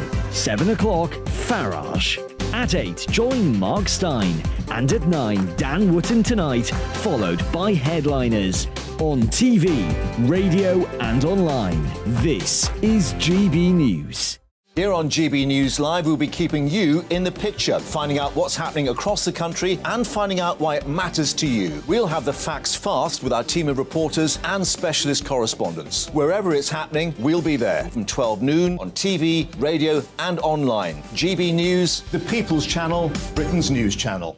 We are GB News, the People's Channel. Why not take us home with you by visiting the GB News shop at gbnews.store. You'll find all the official merchandise, a really good present actually for yourself, your friends or your family. We ship across the UK mainland at no extra cost. GB News, the People's Channel. Join my show Farage, 7 p.m. till 8 p.m. Monday through Thursday, and there you will get opinion, analysis, debate, and I'll cover stories that nobody else dares to touch. You've been cancelled. Join the club. Oh my goodness me. And then for the last 15 minutes, talking pints. We're over a drink. We have a civilised conversation with someone. We very often disagree, but we do it in a grown-up way. Come and join me on Farage. Monday to Thursday on GB News, it's Bev Turner Today from 10 a.m. We're going to be here for you, our GB News family, to keep you up to date, but also make you smile. There's a guy who went from puberty to adultery. And I can't wait to bring a few of my own opinions. I have no time for cultural totalitarianism. We'll engage in passionate, but always polite debate, with your thoughts and opinions at the centre of it all. Only on GB News, the People's Channel, Britain's news channel. Hi there, it's Stephen and Anne. At breakfast from 6 a.m, you'll always be caught up with everything you need to know, the latest headlines, opinions and debates. We'll bring you the good news and the bad, but most of all, we're here for you. Remember, send in your views and let us know what you would like us to talk about. That's because we're your news channel. And every morning at 6 a.m, it's breakfast on GB News. Join me every Sunday at 6 p.m. for Gloria Meets. In exclusive interviews, I'll be finding out who our politicians really are and what they really think. It's something that you would never want anyone to suffer. I didn't know what channels there were. I didn't think I'd be believed. I must have weighed about 7 stone and I'm 5'8". My instincts was to sort of cover this up. I mean, clearly that was a mistake. Join me every Sunday at 6 p.m. on GB News, the People's Channel, Britain's news channel. Hello, I'm Simon Evans. Join me on GB News for Headliners at 11 p.m, where I'll be joined by 2 of the country's top comedians as we take a look at tomorrow's newspapers tonight. If it's a big story, we'll be covering it, I guarantee, but we'll also have some fun along the way. That's GB News Headliners at 11 p.m. We won't put you to sleep, unlike some of the other paper review shows out there. So join us, 11 p.m, 7 nights a week.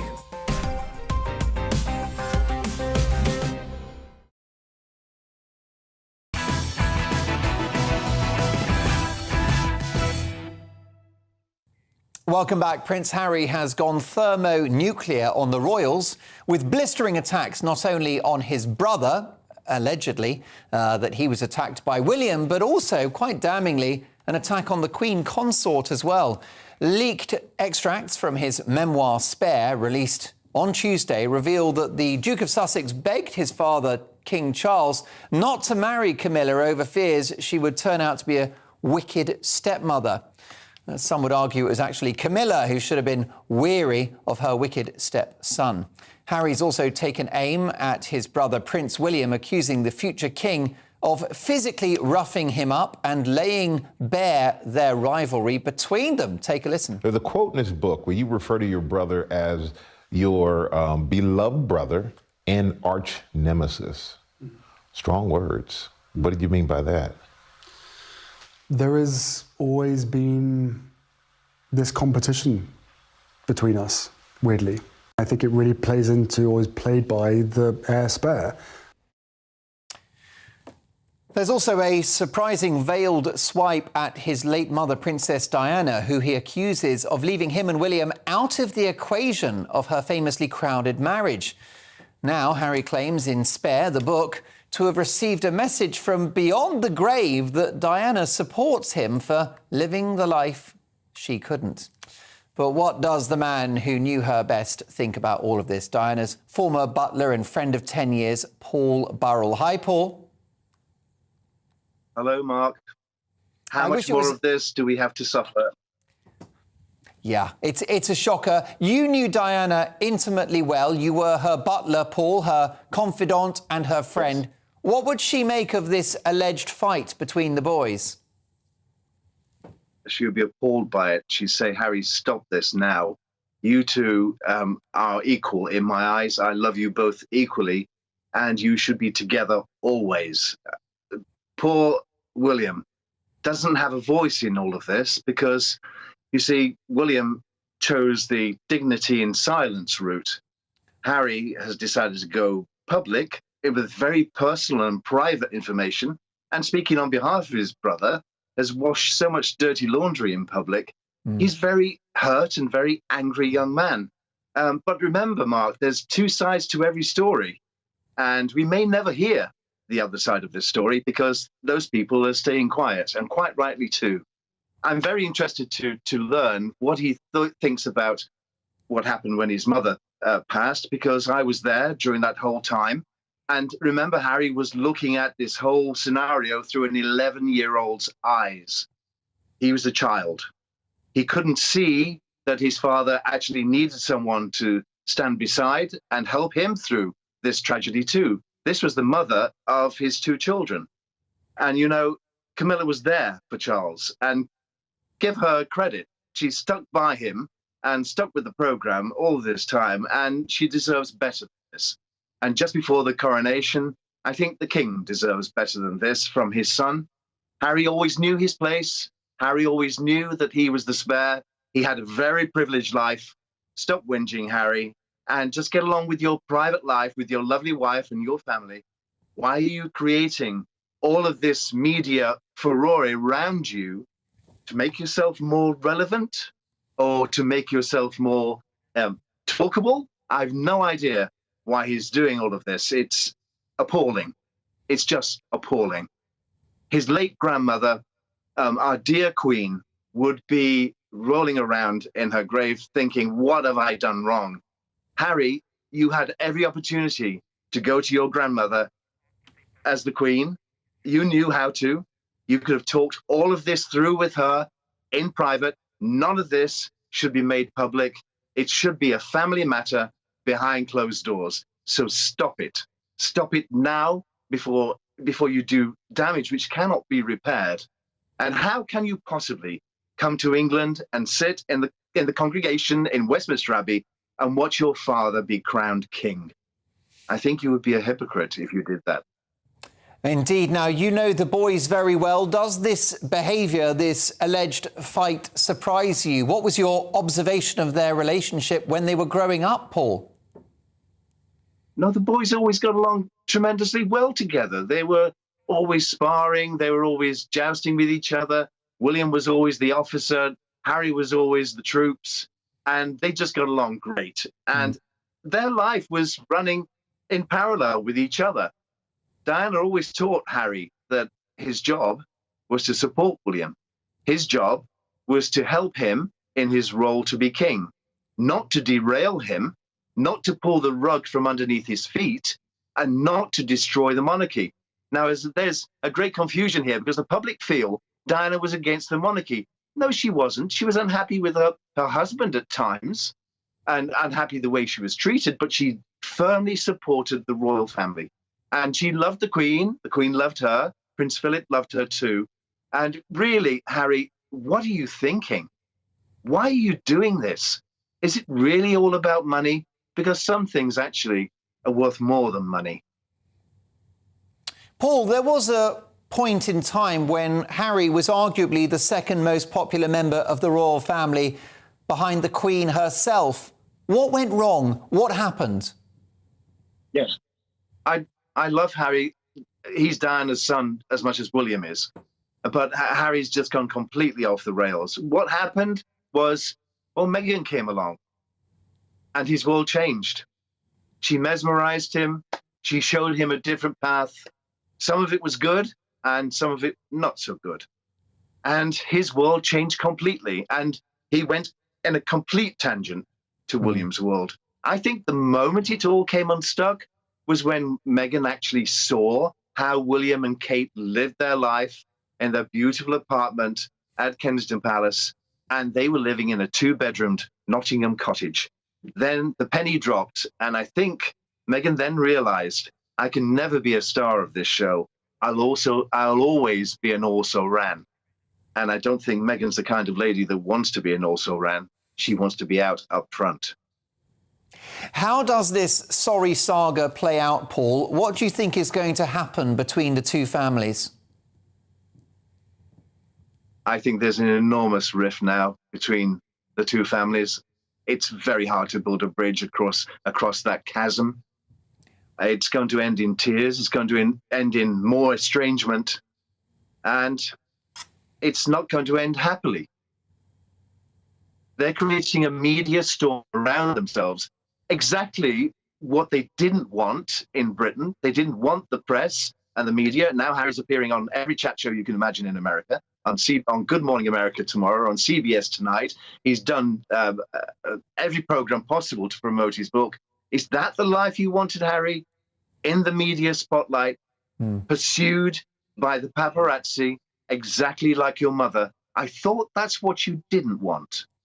So think about it. It's not too late to turn around and mend it. Indeed. And what are your thoughts about his relationship with Meghan? Do you see that marriage going the distance? Because if it doesn't work out, and of course we do hope it works out with their lovely two small children, but if it doesn't, he's going to look back on this period and think that he paid a very high price for that young woman. I think you're right. I think for the time being, children are the glue that holds a marriage together. And for the time being, everything is fine. But there will be a time when they're much older and they have chance to reflect on the past, the damage they've done, and the destruction within the royal family. I think it will end in tears, and Harry will return to England one day. But you know what? His brother will put his arm around him and say, welcome home. Because that's the kind of guy that William is. Do you think the British people will say welcome home too, ultimately, Paul? I'm not so sure about the British people. You see, the British people are very critical. And I think right now, he's probably the most unpopular member of the royal family. Is that Harry? I think right now... You better take that call. It probably says Harry Mob. No, I think Harry... No, it's not Harry. Could be William. I think he's probably the most unpopular member of the royal family. And he's going to have to go a long way to repair that damage. The great British public don't like what's happening. They don't like to see one of their favorite sons down a path to destruction, and that's where he's headed. He's headed down a very wrong path. His brother knows that. His father knows that. Our country knows that. Harry doesn't, because he's blinkered and mesmerized by this woman. No one knows those boys better than you, and Paul, a privilege to hear your innermost thoughts. I wish you well, and thank you for joining us. Paul Burrell, Princess Diana's former butler, friend and confidant of 10 years. What a fascinating conversation. Coming up, with the NHS in meltdown, have they brought this crisis on themselves? Plus, reaction to the royal soap opera that you've just heard about from our wonderful former Corrie star, Charlie Lawson. Did he get into any punch-ups like that's been alleged between William and Harry? Charlie Lawson, man of the people. Have the NHS created this crisis themselves? That's at 10:45. But first, after Rishi Sunak shares his fears about the demise of the family unit, should we do more to protect the traditional nuclear family? Is it a good idea? Is it out of date? What do you think? Dan at gbnews.uk. My superstar panel will debate that. Plus, more papers next.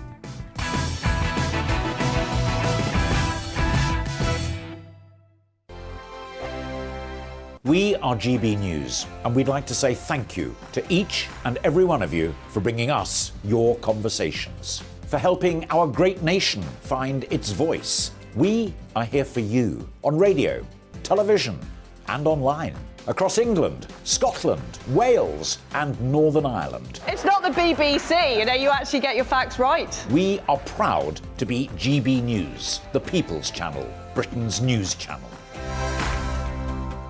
Hi there, it's Stephen and Anne. At breakfast from 6 a.m, you'll always be caught up with everything you need to know, the latest headlines, opinions and debates. We'll bring you the good news and the bad, but most of all, we're here for you. Remember, send in your views and let us know what you would like us to talk about. That's because we're your news channel. And every morning at 6 a.m, it's breakfast on GB News. Monday to Thursday on GB News, it's Bev Turner Today from 10 a.m. We're going to be here for you, our GB News family, to keep you up to date, but also make you smile. The guy went from puberty to adultery. And I can't wait to bring a few of my own opinions. I have no time for cultural totalitarianism. We'll engage in passionate, but always polite debate, with your thoughts and opinions at the centre of it all. Only on GB News, the People's Channel, Britain's news channel. Join me, Nana Akue, Saturday and Sunday afternoons on GB News. Expect fiery debate and passionate discussion as me and my panel tackle some of the biggest topics hitting the headlines. It's a place for everyone's opinion. No one gets cancelled, but no one gets an easy ride. Oh, she's on it today! Be ready for conversations that are fierce, frank, and of course, fun. Every Saturday and Sunday afternoon from 4 p.m. on GB News, the People's Channel. Join my show Farage, 7 p.m. till 8 p.m. Monday through Thursday, and there you will get opinion, analysis, debate, and I'll cover stories that nobody else dares to touch. You've been cancelled. Join the club. Oh my goodness me! And then for the last 15 minutes, talking pints. We're over a drink. We have a civilised conversation with someone. We very often disagree, but we do it in a grown-up way. Come and join me on Farage. We are GB News, the People's Channel. And right across the United Kingdom. You can find us on Sky Channel 512. Virgin Media Channel 604. Freesat Channel 216. Freeview Channel 236. And YouView Channel 236. You can also take us with you on DAB Plus Radio. With the GB News app and at the website gbnews.uk. We're absolutely everywhere. Come join us on GB News, the People's Channel, Britain's news channel.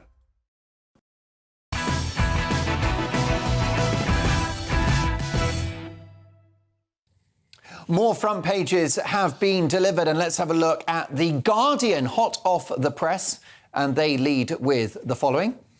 Unions attack PM's plan to sack workers who break strike rules. Law would let education and NHS bosses sue if minimum levels are not met. Rishi Sunak's anti-strike legislation to enforce minimum service levels in key public sectors, including our health service and schools, has prompted a furious reaction from the unions. Well, there's a surprise.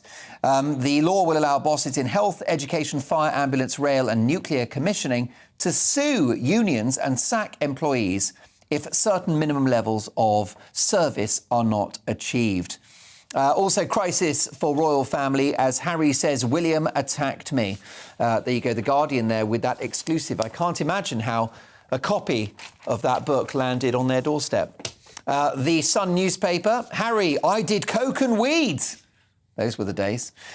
Prince Harry sensationally confesses to snorting cocaine several times in a shocking memoir that rocked the royal family.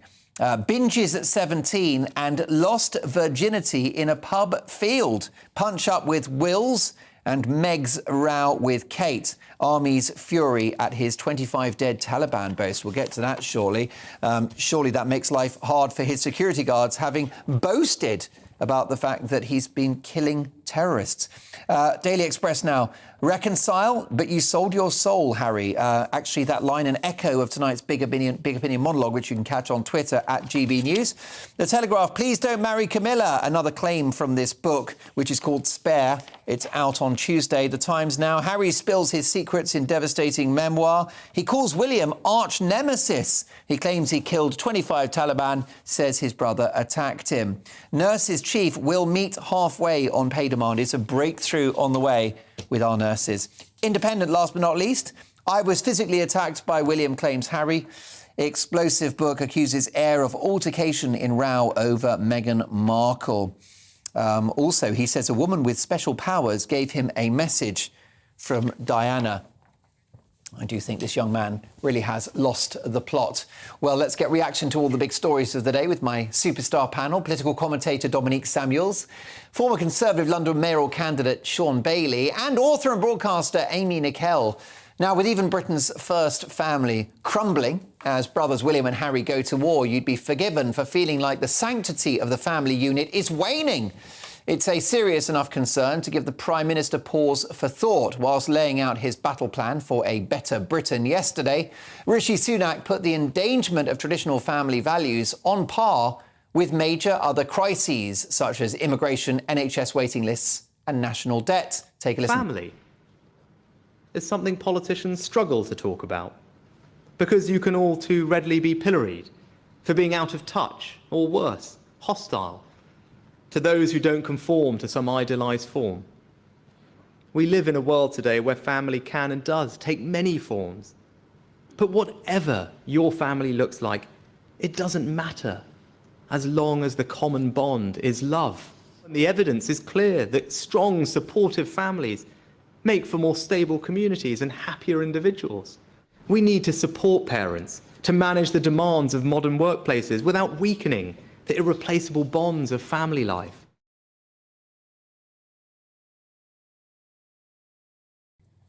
Now, as Rishi Sunak says, modern families do come in all shapes and sizes, but it's the decline of the traditional nuclear family, once a staple of society, that is perhaps the most troubling. Research towards the end of 2022 found that almost half of UK children now grow up outside a conventional two-parent household. So, panel, are traditional family values becoming extinct? What do you think about this, Amy? I think definitely the traditional family is becoming extinct, and that's why I think any conversations about a nuclear family are bordering on irrelevant now, because over half of UK households aren't nuclear families. But isn't that why we've got so much crime and so many unhappy kids? Beg your pardon? Because Because where's dad to lay down the law and be strict with the kids and support mum? I think that's quite an old-fashioned argument. I'd say that actually the quality of your parenting is a lot more important than the quantity of parents there to oversee it. One thing that a single parent will not have as much of is time, and that could be helped by Rishi Sunak, because we need a bit more than love. We need a bit of help financially. So I think if he really wants to tackle family issues, look at the state of childcare at the moment and the inaffordability of it.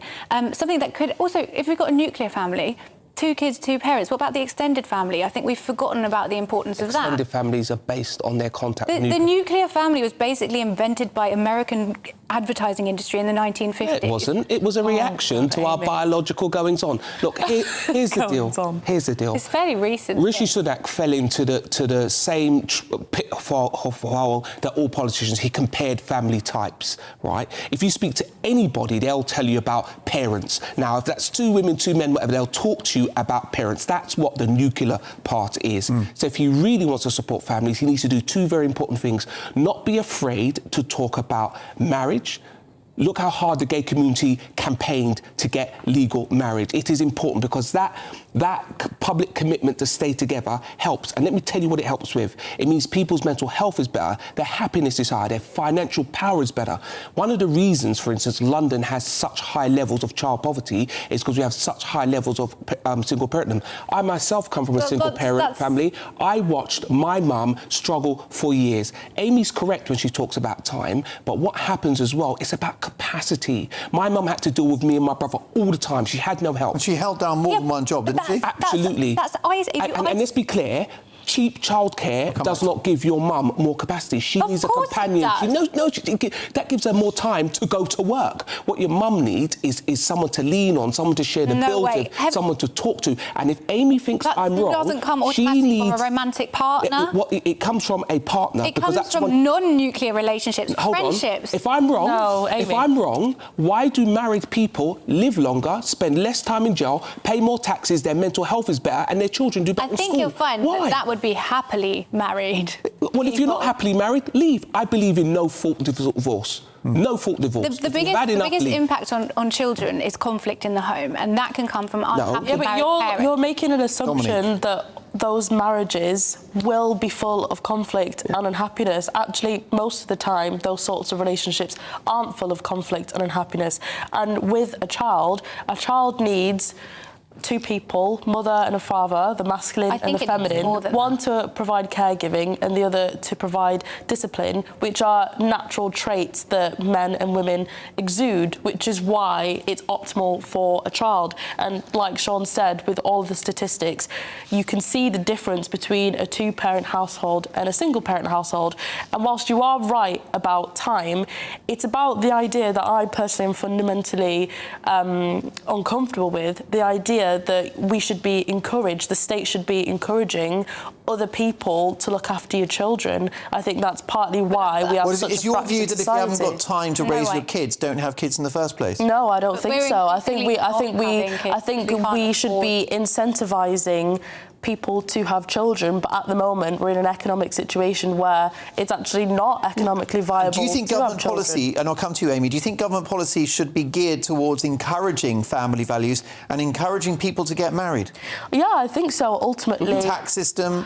Oh, yeah, ultimately 100%. I think a society full of strong families is a strong society, and that's why... And look, and it isn't about people who are married are better or some higher social status. It's not about that. It's what marriage delivers for the individual and what it delivers for society. And look, if Rishi Sunak really wants to do anything, we should see a minister for family. Family support should be across every government department. So if you change the tax laws, what effect does it have on families? If you change the driving laws, what effect does it have on families? That's the kind of thing. So every child deserves 2 parents. Is that really the headline? Yes. Okay, Amy, you've written a very best-selling book, Diary of a Single Mother. Confessions. Oh, a single mother. Tell me the gory details. But clock's against us. But what do you want? No. I would just question this whole 2-parent thing. I don't think that's what the research suggests. The research suggests that a child needs one meaningful, loving relationship, That's not what it's continuity simply and consistency. And then, have you ever heard the phrase "it takes a village"? That is more the case. And then why does it take 2 people to create a child? It doesn't take multiple people to make a baby. And actually, also, Amy, 2 people are much more likely to deliver that village, that extended family. Yep, I would. Much more likely. You know what? I would agree with you on that, but I don't think you need to stigmatise single-parent families. We're not stigmatising single parents. Don't boys need a strong male role model? Don't they need dad in the house? They need a consistent male role model. That doesn't necessarily have to be their biological father. That's much better done by their biological. It doesn't have to be, but it's more easily done if it's the father. And the point is this: their biological father, if they're with their biological mother, is much more likely to provide the financial income that child needs to go forward. And look at this. children, if most children who are together with their parents after the age of 15 are married. Before that, cohabiting couples split up way more than people get divorced. And if you want your child not to go through that agonising split up of their parents, then you should get married, because it's much less likely to happen. OK, well, look, that debate will rage on. Coming up, it's millennials versus a Marvel hero in the battle to be crowned the final Greatest Britain of the week. That's up shortly. But first, are the NHS to blame for their own crisis? Is it self-inflicted? Coronation Street star and man of the people Charlie Lawson gives his verdict. I'm sure it will be a four-letter expletive verdict. And also, we'll get his views on the royal soap opera as well, playing out between Harry and Meghan. That's next.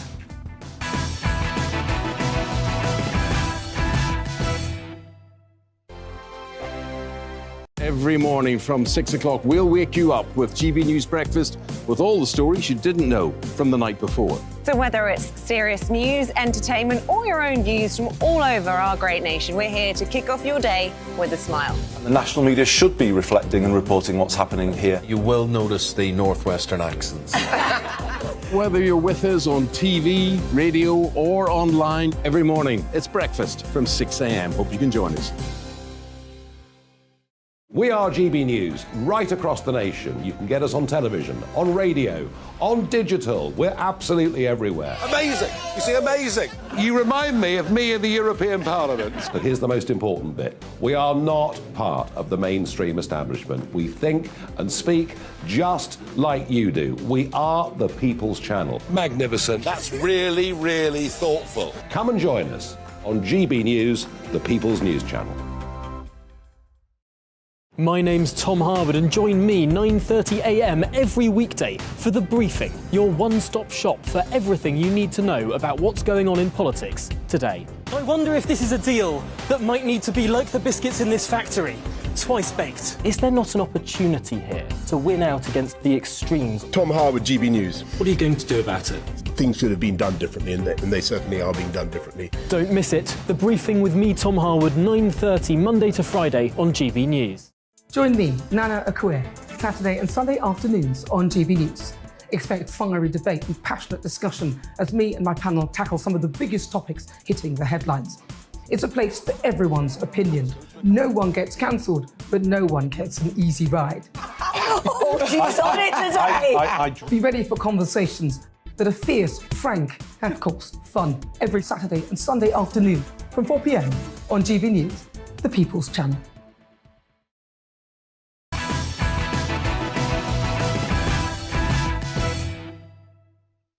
No one's cancelled, not on my watch. It's time for Uncancelled, where Britain's top commentators speak out on controversial issues without the fear of the cancel culture sweeping the rest of the media. With patients being treated in corridors, waiting times for ambulances shooting through the roof, and crippling strikes, it's no exaggeration to say that the NHS is in meltdown. We've heard plenty of hot air from politicians and unions about who's to blame, but what do ordinary Brits think? Well, to give us an idea, I'm delighted to welcome our man of the people, former Coronation Street star and voice of common sense on the show, Charlie Lawson. Hi, Charlie. How you doing, Mark? You all right, son? I'm very well, but listen, mate, don't get ill anytime soon. Is this NHS crisis self-inflicted? Well, I think a part of the self-infliction, if you like, is I was hearing stories the other day of people are going to hospital with colds and just banging up the whole system. It's wise up, people, for Christ's sake. You know what I mean? You've got a perfectly good pharmacist and all the rest of it. Now, I'm very lucky where I live, Mark, because Macclesfield Hospital, we've had nothing but great care and attention over the years. Debbie's been there a couple of times, and they've been absolutely brilliant, and I don't think they're out on strike. I mean, it's self-inflicted. It's been self-inflicted. I see the front of the Daily Mirror is blaming the last sort of regimes, if you like. Well, let me tell you, the NHS has been going down the frigging toilet for as long as I can remember. It's as simple as that. Nowhere else in the world follows our system of national health. It just doesn't exist. And I have a feeling that it's in its last throes. And I have a feeling that there will be some form of insurance but the trouble is that most politicians are scared to touch the NHS because it's become a sacred cow. You know, it's rather like stopping the boats crossing the channel. The only reason people aren't taking strong measures is because they're scared that the crap hats on the opposition benches, whatever side, are going to call them racist. It's as simple as that. And people are scared. Same way with the NHS. They don't want to touch it because it has become a sacred cow. But it is getting found out, and I think it's sadly on its last throes. But as I said, the most of the nurses I've come across do work very hard. And playing golf with the doctor, you get the truth on the golf course. And when you play golf with the doctor, he will look around quietly, make sure no one's in hearing as he's about to putt, look at the ground and say, the NHS is shite. Well, there you go. You can't follow that. Listen, Charlie, the royal soap opera has exploded back into life today after Prince Harry's sensational accusation that William assaulted him during a heated exchange back in 2019. You were no stranger to a scrap during your time playing Jim McDonald on the cobbles in Corrie, and it's safe to say you're pretty well versed in familial fisticuffs. Take a look. Keep away from me! Keep away from me! Or I'll kill you, so help me God! You see, I save your life and you repay me with a threat! Don't you dare speak to me like that again, son! It was a joke! Well, I'm sick of them! I'm not going to get on the wrong side of you anytime soon. Charlie. Well, I'll tell you what, that would have ripped his necklace, eh? Just a bit. I'll tell you what. I certainly would have got up like a crocodile and hit me brother right back in the kisser. That's for sure. But anyway, listen, I've kept out of all this, Mark, as you know, because I'm a sucker for romance, and I wish them all the very best. When back in the day when everybody did. I'm afraid he's losing the plot now, and I'm wondering where his friends are. I'm certain if he had some veteran friends, they'd be having a go at him about this head score of 25 members of the Taliban. If you talk to any veteran who's down the pointed end, and you know I have done, and the last thing they really want to discuss is scores. So I just wish he had some better advice. And the other thing I'd like to say to Meghan is, darling, if you think you're having a hard time by the press, do yourself a wee favour. Turn on Netflix and watch the documentary about Britney Spears. Then you'll see SHI1T. I watched it the other night and it was extraordinary. And I think they, you know, look, I hope they just shut up when the contract ends, because the British people can be forgiving, but I think in this case they've burned their friggin' boats. Briefly, Charlie, you mentioned the military. Harry's boasting that he's killed 25 Taliban, which many security experts are saying will imperil Harry's personal security and the security of his own family and of the security of all royals. A very foolish boast to be making that you've killed 25 terrorists. Well, like I say, even I know soldiers who are in the conflict back home and they don't talk about stuff like that. The boys I know who've did 2 or 3 tours of Afghanistan, they will talk about it in the quiet of the back bar, but it's not something you go on television and talk about. And it's a bit of a letdown, I think. I can only assume that was this in the book, Mark, or on a live interview? It's a leak from the book. Yeah, well, I can only assume that when the editors got their teeth onto the book, they'll have said, right now, Harry, son, we need to put some real nitty-gritty stuff in here, and I want to know how many people you shot down in your Apache or whatever, you know, or how many people you hit in the ground, because he surely can't be that dim to expect no repercussions from this, because, as I say, all the veterans I know would not discuss this in public at all. Charlie Lawson, thrilled to have you on the show. We'll see you in a week's time for another serving of common sense. Charlie Lawson there, brilliant actor, of course. And what a character. More truth bombs than you could possibly dream of. It's time now to reveal today's Greatest Britain and Union Jackass. With me to reveal there's my superstar panel, political commentator Dominique Samuels, former Conservative mayoral candidate Sean Bailey, and author and broadcaster Amy Nickel. Dominique, who's your Greatest Britain today? Mine is Conservative MP Andrew Brigden for all of the work he's been doing, talking about the vaccine rollout.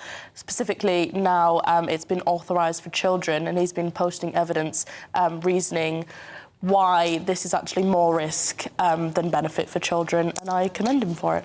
OK, how about you, Sean, your Greatest Britain?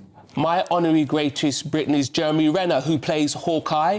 I'm not celebrating for that, even though I'm a lifelong Marvel fan. It's because of how he's sewn into his community and all the work he's done to keep them safe, and we wish him a speedy recovery. Yeah, he is a great guy, great actor and a great philanthropist as well. We wish him well, a fantastic talent and a great guy. How about you, Amy, your Greatest Britain? So my Greatest Britain this week is millennials. As a geriatric millennial myself, I was thrilled to hear the news that for the first time the political law has changed and they are less likely to turn to the right as they get older, and in fact are remaining firmly on the left of the political spectrum. They're the cause of all of our problems. Only until we get an error of their way. Sean, shall you tell them or shall I that socialism doesn't work? There's 100 good books and a lot of experience across the world that will tell them that. And there's 13 years that will tell us that you haven't worked either. We have thousands of years to show them socialism doesn't work. We were better off in 2010. I tell you what, good to and fro, I've got to say. A scoring draw there, and Amy holding the line brilliantly. But look, I've got to choose a winner, and it's going to be a man that I've interviewed earlier this week. It is Andrew Brigden MP. Why? Because he's calling out COVID tyranny. Let's now have our Union Jackass of the day, and we'll start with you, Dominique. Another COVID-themed one. Mine is going to be the mainstream media for promoting the fear porn about mask wearing. I think it's completely ridiculous, and I, for one, will never be wearing a mask again.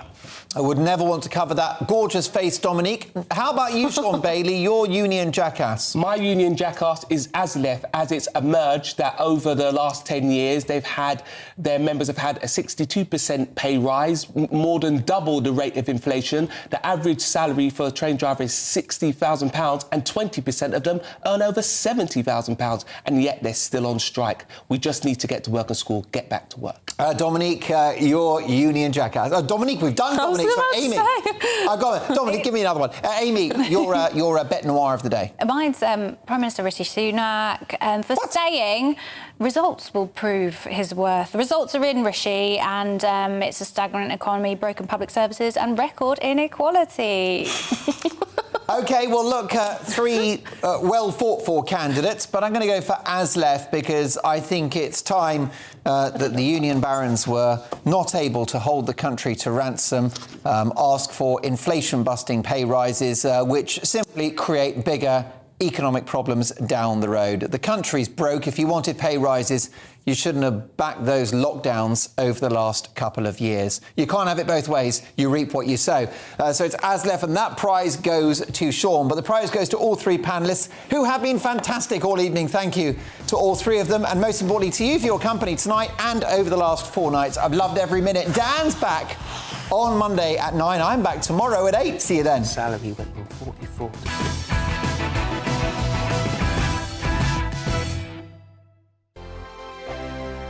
We are GB News, and we'd like to say thank you to each and every one of you for bringing us your conversations, for helping our great nation find its voice. We are here for you on radio, television, and online, across England, Scotland, Wales, and Northern Ireland. It's not the BBC, you actually get your facts right. We are proud to be GB News, the People's Channel, Britain's news channel.